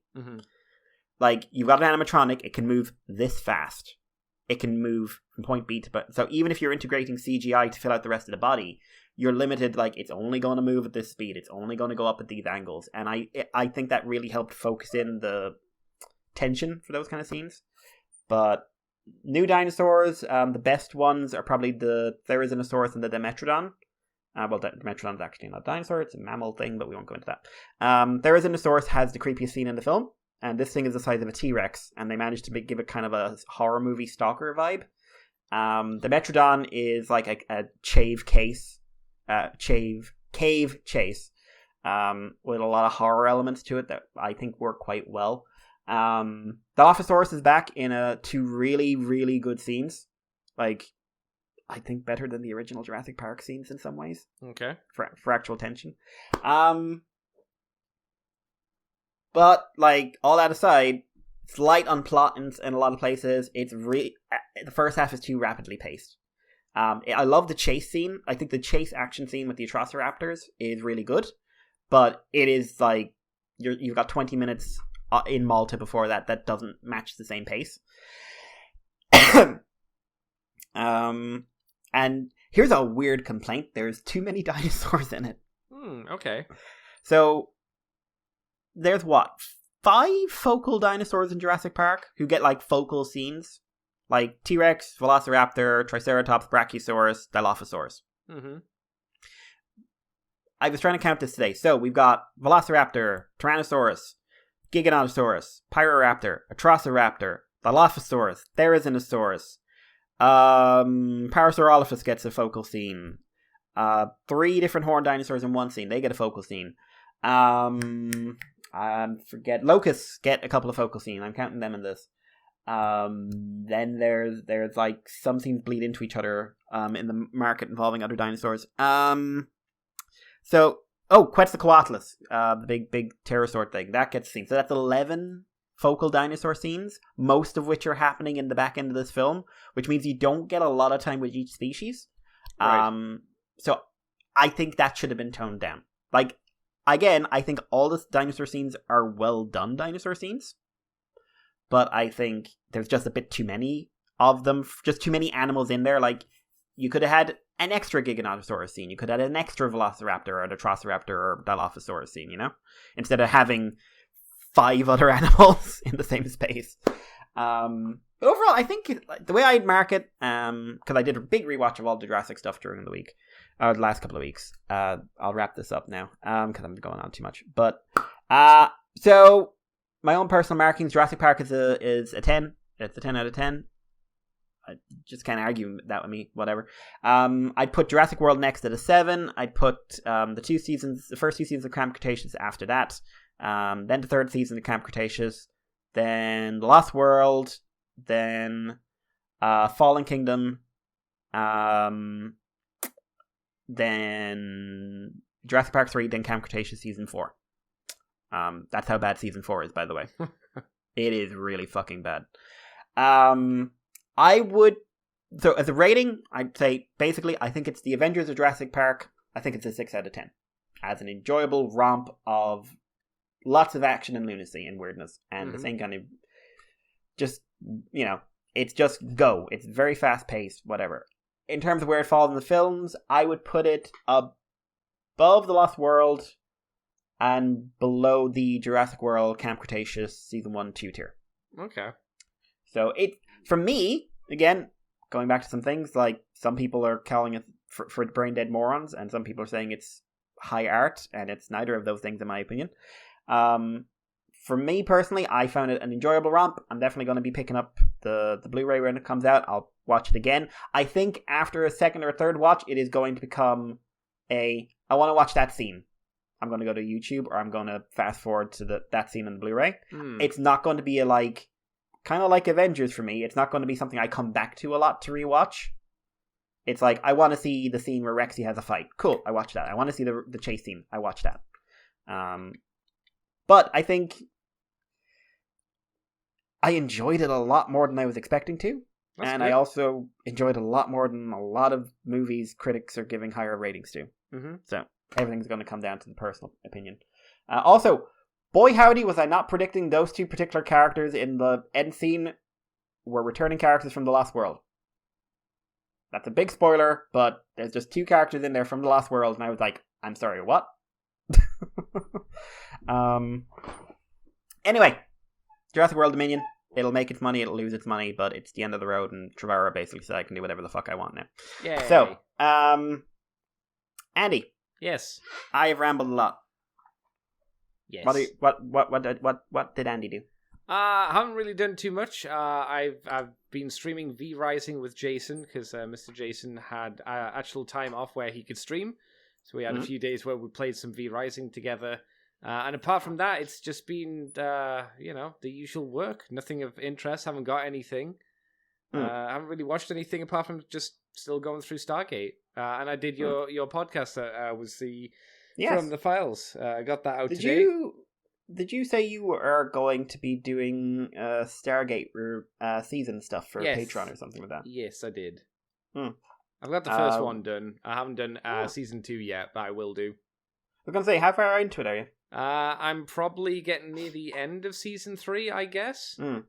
I think season 3 was when I really started getting into Stargate. Season 2 has a really bad ending, and season 3 has a bad opening. What was it? Oh, no, Oh, no, that's the one with the... Oh, Hathor, isn't it? Yes, it's the one where where the last episode of season 2 is mostly a recap. Show. Yes. Yeah. It's an interesting idea for a clip show, but you should not have your climactic season ender as a clip show. That's a bad call. That is a very bad call. Even though I think Stargate does the best clip shows. It does. It does them better than most, but again, it's just like I'd rather not watch them. Yeah, it's just not. But yeah, oh man, that story was bad as well. It's got a nice Teal'c scene in the second episode, if I remember. Yeah, it's just overall a pretty weak opener as well, which is kind of a shame. It does have where they go to the Hell Planet, and there's the scene of kneel before Neonac. I am Neonac no longer. I reclaim my name as Apophis. Apophis. I don't know why I'd like the guy saying kneel before Neonac, because it just sounds weird. His voice as well. Yeah, the guy who was delivering the line was odd. But yeah, it's still good. There are definitely some episodes which are like, not like awful, just like blech, like mediocre Star Trek. Plenty of those. Plenty of those. But then there's some really solid episodes. A lot of the Asgard episodes are very, very solid. Yeah, I like the Asgard arc a lot. Good episode was the introduction of 3 of the System Lords, where they come to Earth to make a peace treaty. Oh, I love that one. That's a good episode. That's when we meet you. You meet Kronos and Nirti, I think is Nirti, yeah. Nirti is the least important of the 3, if I remember right. Yeah, because she's probably dead after that episode. Yeah, oh yeah. Probably. But you is super important. Yes. Yeah, I like you. I thought he was interesting, because oddly enough, they don't really bring it up in the show, but you could argue that you was actually really substantial for human development. Yeah, he's a system lord, but it's like, well, I mean, like, he's associated for being pretty brutal, but also like giving people a lot of shit. It's maybe a minor failing that they brought that up but didn't really lean into it in the show, because it would have been kind of weird but also nice if Daniel just randomly said to him, like, we've realized you're a system lord, but thank you so much for like providing Earth with like writing and other like really important technological growth that the East got. Like, I think it would have been interesting if someone had confronted them about that at some point. Yeah, like why did he do it? What was the point? Because like your whole thing is like keeping us limited. Yeah, you massively and like you're like, yeah, you just basically said, I'm not a god, I'm a king, and I'll do whatever the fuck I want. Yeah, and then again, like I say, they never really lent into it, but an interesting concept. And I like the guy who plays him. Oh yeah, he's a good actor. He looks neat as well, like visually. I like the fact that the System Lords are not just Egyptians. There's like, like which global. they easily could have done. Easily could have just made them all Egyptian themed, but no, they went for the rest of the gods as well. It's like, oh, that's neat. That's cool. It's a good one. Yeah, the last episode I watched today was Jack steals from the Tolan. Oh, I love that one. Yeah, and it's the one where, your main hero pretends that he's leaving the team to find the Black Ops evil people on their own side. It's okay. They easily could have stretched that out into a 2-parter, but I'm glad that they didn't. No, definitely. Like, they were wise to do it the way they did. Yeah, a lot of shows, a lot of them would be like, okay, season 1. Voyager did that with Tom, and they dragged that out for like 5 episodes. Yeah, and it wasn't very interesting. It wasn't good. No, it was bad. And then they ended it on a Neelix episode. Yeah, fun times. With Michael Jonas. Yeah. But yeah. No, I really liked the episode. I did think it was funny at the end of season 1, they had Captain Jellicoe as the senator.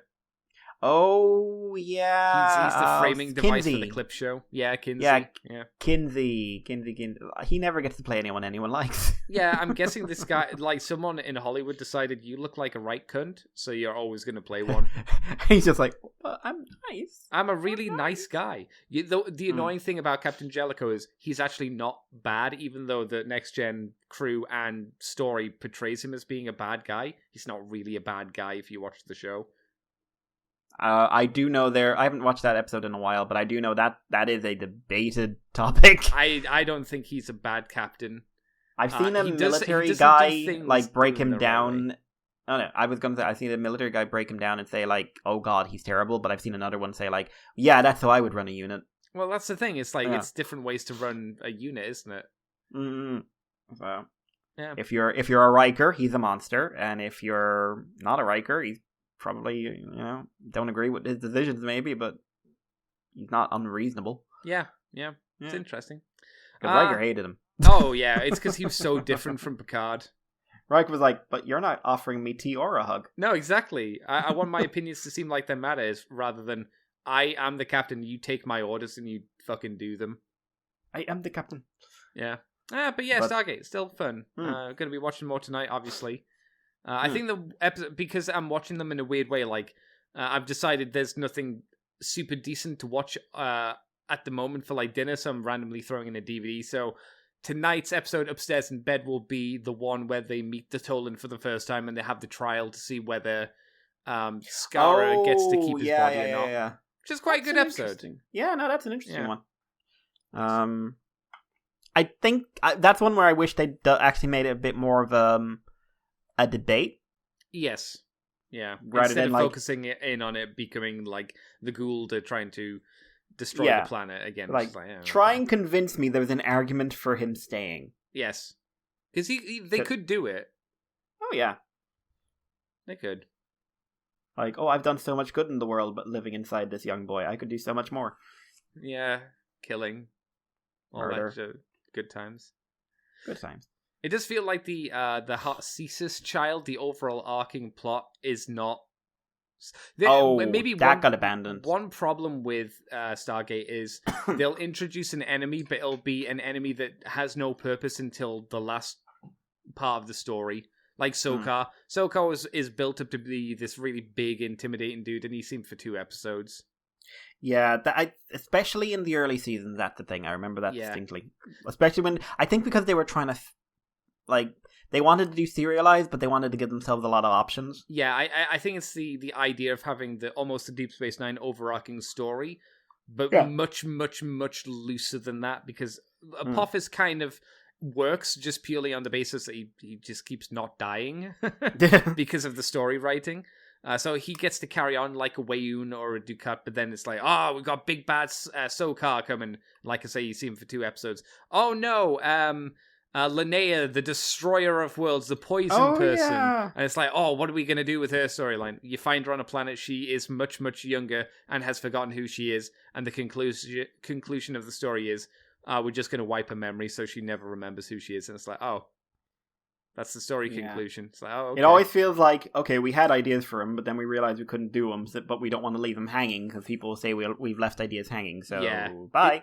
It's either they had ideas or they wanted to do something, but then other writers came in and said, no, we need to focus on this instead, so let's tie shit up, like you said.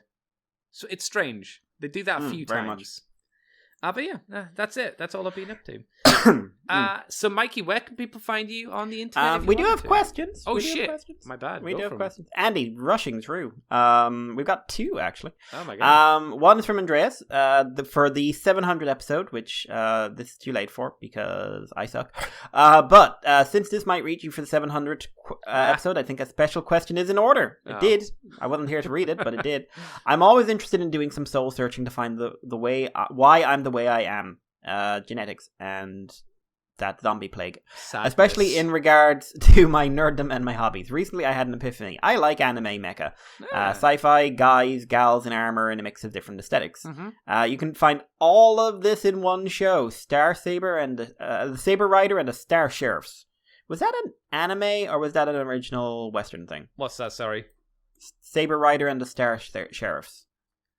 That was... no, that was an anime. There was an anime. I'm having a look at it now. It's not what I thought it was. Oh, Star Musketeer Bismarck. Yeah, I'm guessing Saber Rider was the American release of it. Only saw a couple of episodes as a kid, since we had no cable, but apparently it left a lasting impression on me, informing what a nerd I am today. So what are some images from your childhood that defined your sensibilities as an adult? To get your creative juices flowing, here are some of mine. The Probotector NES cover. I've never heard of that one. The Epic 40K cover. The Bubblegum Crisis Double Vision cover. I do remember that. Metroid 2 cover. Chrono Trigger postcard. So, he's clearly been influenced. Like, he's seen Saber Rider. The visuals got stuck in his head and that, like, directed his sensibilities. Which is also how you develop fetishes. Oh my god. It's been found that... since people stopped having sex in front of their children, he actually this is a real thing. He sent a few of these pictures over, like the Chrono Trigger one. God, we've all seen that. Oh, I thought you meant pictures of parents having sex in front of their children. I was going to go, oh no. I'm adding context. Okay. So before fetishes were not really strongly documented until after people stopped having sex publicly in front of children and whatnot. In which case, it was found that fetishes started developing earlier than you'd think, because it was usually something in your childhood that you attached onto, or some image in your youth, could be like early teens, you attached onto, that was then later subconsciously associated with sexual gratification. Wow. So furries tended to watch cartoons with talking animals is a very, very simple example when they were kids, and they carried that with them. Not everyone, I'm sure there are furries who haven't. All the furries I know did. But, people who, like, I have a couple of these in my head already, but Andy, P.S. I'm currently listening to Moonbase 2 from episode 200 onwards, and you said some wild shit over the years. Are you fucking insane? Jesus, that's a long time back. We were terrible people then. Were you even around for episode 200? Or was that pre-Mikey or after Mikey? I don't know. No, I don't either. Know. But I do know, like, we were awful people then, so...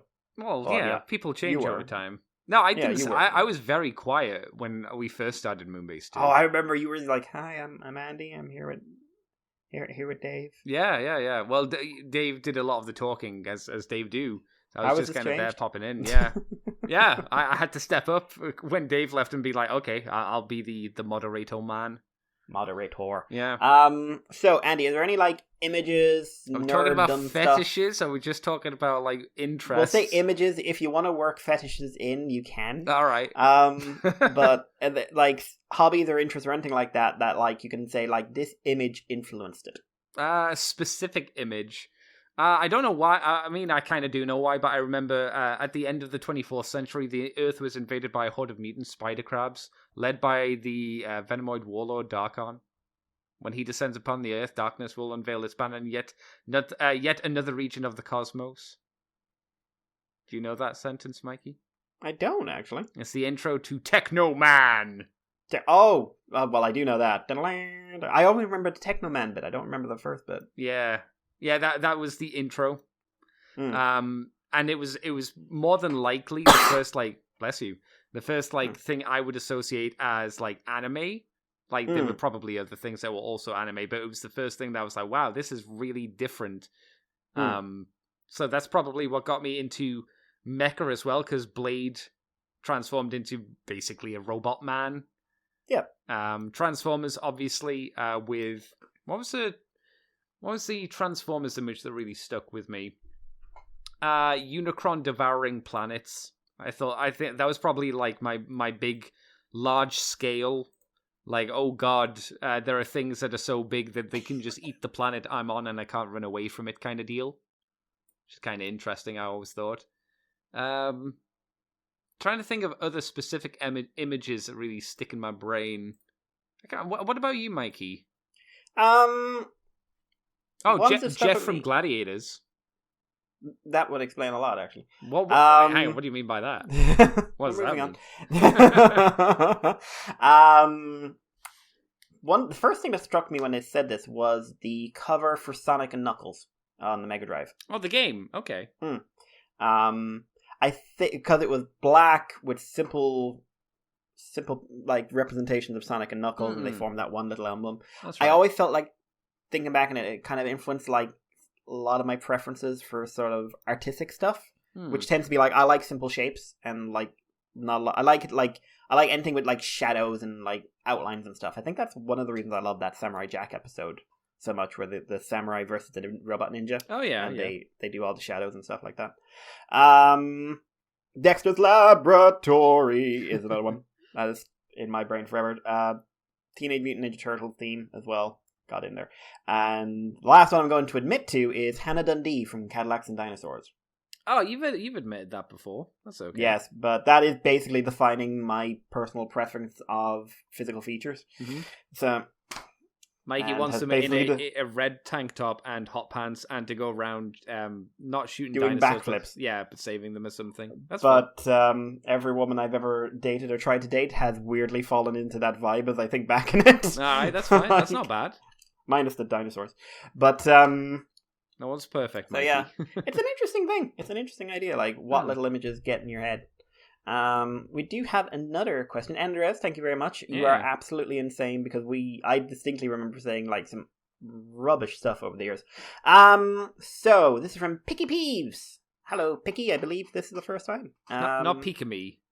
No, not Picky. No, not Pika-me. Picky Peeves. I think I'd be surprised if it's like, hi, I'm Pika-me. I've been listening for a while. I'd be really happy. I'd be terrified. I'd be like, oh, we can be best friends and go on a date, Pika-me. Did you know that's a joke with her chat? Like none of them are like, oh, I want you to be my waifu. It's like, we'll go on a date as best friends, and she's like, everybody, all the other girls have like people who want to date them and be the waifu, but with me, everyone wants to be my best friend. The anti-Fubuki. Exactly. No. Or Nene, my friend. who everyone says it's very difficult to sexualize. Yes. Yeah. It's funny. So, hi, this is something Mikey's probably better suited to answer, but I'm sure Andy might have something interesting to add. I'm very late to the party. I just recently got round to the WTF episode Mike did with Chris, talking about dinosaurs in Transformers. Yep, that came out there, I want to say, late last year. Oh, okay, all right. But yeah, it was a really fun one. Being an undergrad in pursuit of paleontology, you fool! It was wonderful to hear more of the same thoughts I've had about the state of things echoed, and it got my mind buzzing about ideas for other possibilities on how to do dinoformers. Question 1, if you were to recast Dinobots alt mode so they would be animals that live together, what would you pick and why? So Andy, this may be a little exclusive for you. Well, when you say animals, I'm guessing like dinosaurs of specific Cretaceous periods, right? Even more specific. Okay. But my pick for it would be the Kirtland Formation, and going which I can never say this one. Bistaverosaur. It's one I can spell. I can't say.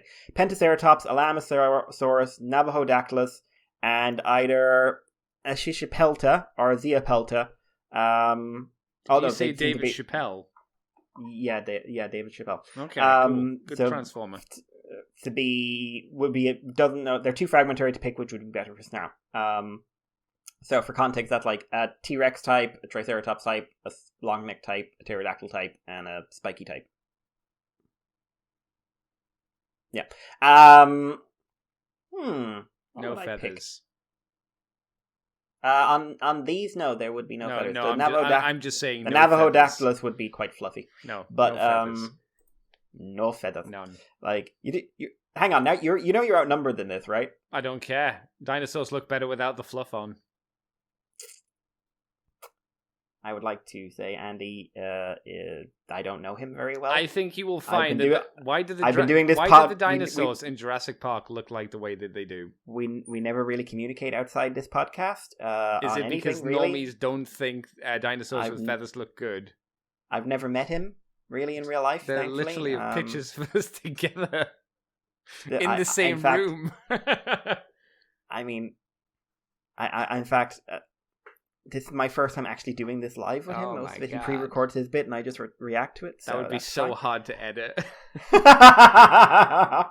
Especially the way we go on. But I'd go for the Isle of Wight. I think the Isle of Wight has some really cool dinosaurs. Little samey. Like, they're all kind of the same type. So, like, but you could do...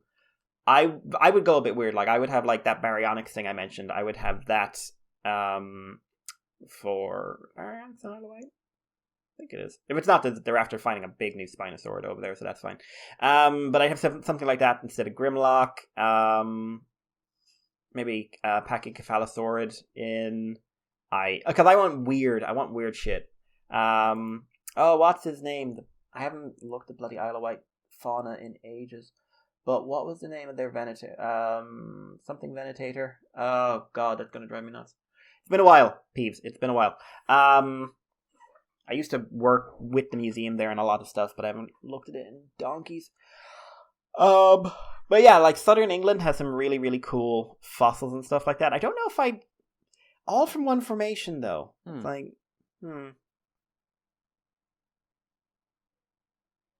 no, you could do it. Like a hadrosaur in there and a guanodontid. It's a guanodon, the Isle of Wight, I think. Is the idea behind this just to keep them looking kind of consistent to the age that they come from? So I would say like maybe swap for what we're going to hear. So like, swap the sludge, it would be, what's it called, Paralititan? Or is that something Titan?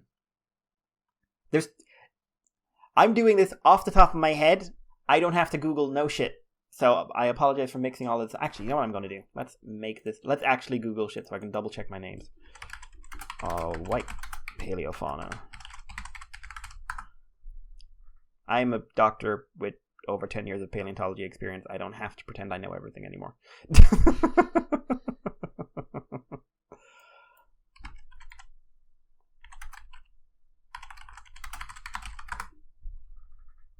Okay, Dinosaurs. That was a terrible book. I know the writer.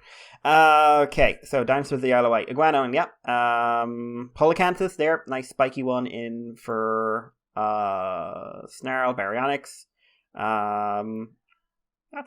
Was that the Venetator I was thinking about? Vector Venetator. Oh, it might have been, yeah. Neo Venetator. That was so easy. Rolandia. That would be one that might be interesting to stick in there. Although, Rolandia has been reclassified a few times. What is that sauropod called? Gary. Polarosaurus, not Paralititan. You'd look right fucking stupid if it was called Gary, though. Yeah. Listen, I named something after Nick Roach, Andy. There's some weird fucking names out there. There was literally a species called Han Solo. Oh, no. Oh, yes. There should be laws against that. And there is actually a Godzillasaurus. Ugh. Or the Gojirasaurus, one of the two of them. So, yeah, like, I like the Isle of Wight fauna. Like, it's quite diverse and interesting. Also, I've got a lot of sentimentality about it. But yeah, no, that would be an interesting way. Trying to get a Coeval Dinobot selection going. I mean, I can't add to it, obviously. And he's just going like, that would be an ecumenical matter. Yes. One of those things. Yes. Yeah. Second one, clearly tied into this. Epiphany I've been toying with a lot, imagining some of the G1 cats who were in Mesozoic animals. Mini-bots as very non-mini dinosaurs. Like, you've heard of Carnotaurus, Andy. Oh, yeah. Cliff Jumper. I think it's because it has horns. I could see that, yeah. Bumblebee in the jungle. This is all like, hang on, this is just a bunch of Abelisaurs. You lazy. I love Abelisaurs, but there's more to life than them. It sounds like potentially like if you wanted to, you could do like an entire third party, and I say third party because Hasbro would never do it. Oh, yeah. A third party branch off and just do instead of like, we'll do Animables. It's just all different kinds of dinosaurs, but with the G1 cast. Definitely. So I'm not going to go through like Huffer and Pipes as Centrosaurians would be cool, and Outback as a Muttaburrasaurus would be. I'll only take that if it is the IDW one where he's dying, where he's like a ghost. Like, that's the only Outback I accept. Or hallucination, rather. So, are there any animals you think would be cool to see existing Transformers transforming into, like the T-Beast books? Remember those? The what? The what? Remember there was the Japanese fan books that sort of redesigned all the Transformers like Zoidy things? Oh, yeah. Made them all into animals. We got like Hot Rod and we got someone turning into a bull. Can't remember. Yeah, Sideswipe, and then some like 2 or 3 of them have been done as toys. Yeah, and they died. The line died or something. Maybe. So I think it could just be that you work the character, cool bit of mass use that fits in the original design. Instead of a cannon, Warpath has a big club tail instead, like sticking out of him, which would be hilarious because he has to have a spinning attack then. Bonus points if you figure out a full combiner. Also, any help with what Pterosaur Powerglide would be is much appreciated. I'm completely stuck on that. Well, like, if you're going for, like, Cliff Jumper and Bumblebee as Abelisaurs, I would just go crazy and make him a Hatzegopteryx. Go mini my ass, make him, like, a giraffe-side det bird. Or, well, det pterosaur. But, like, just this, like, giant thing made of muscle with a spear in the front of his face that's called Powerglide, which would add a whole different element to him bouncing that girl around on his hands. Oh, no. Just like, I don't want to date you. You do want to date me. I'm going to kill you. And he just stabs her. That would be very different. But yeah, like, if you want to go with something small, Pterosauri rise, Caviramus. I like Caviramus. It's an unusual looking one. So obviously, I'm glad I'm not the only one. alone in my complaints about Dinobot would work as a feathered dromaeosaur. Grimlock was a feathered dromaeosaur once in the Beast Wars comic. They made him a feathered raptor. The Gathering, right? Or something like yes, that. yeah. Like, they also made him, like, the size of a fucking T-Rex, but... So, and any animals, extinct or otherwise, you would, like, swap out existing Transformers for? Let's make the giant platypus. Oh, I love the giant platypus. What's that called? I don't know. Look that up. I just know it's the giant platypus. So we generally don't have a platypus transformer. So a giant one, even better reason, right? So who's going to be the giant platypus? Who would be a good giant bludgeon? So it's a platypus with a Japanese samurai theme to it. Abduradon Taral Koskild. Yep, that's the one. Yep. I knew that one. But no, I like that because like they have the little claw with the venom. Yeah, because it's bludgeon. He'd have the little the male pinch, which is apparently excruciating to humans. But oh yeah, no, it's terrible. Yeah. So yeah, thank you very much, Peeves, and you're still. Once more, someone falls the sexy allure of bones. Oh my god. I don't know what that means. It sounds rude, though. The dark sexual temptation of taxonomy. I'm sure if they're at university meeting people like you, they will have an interesting group of people that they'll know. Hopefully less will be involved with the law. Yeah, less murder. If you could have less murder in your social circles than I did, that would be nice. That would be good for everybody, not just you, but for everybody, generally speaking. So that's all the questions, yes? Yes.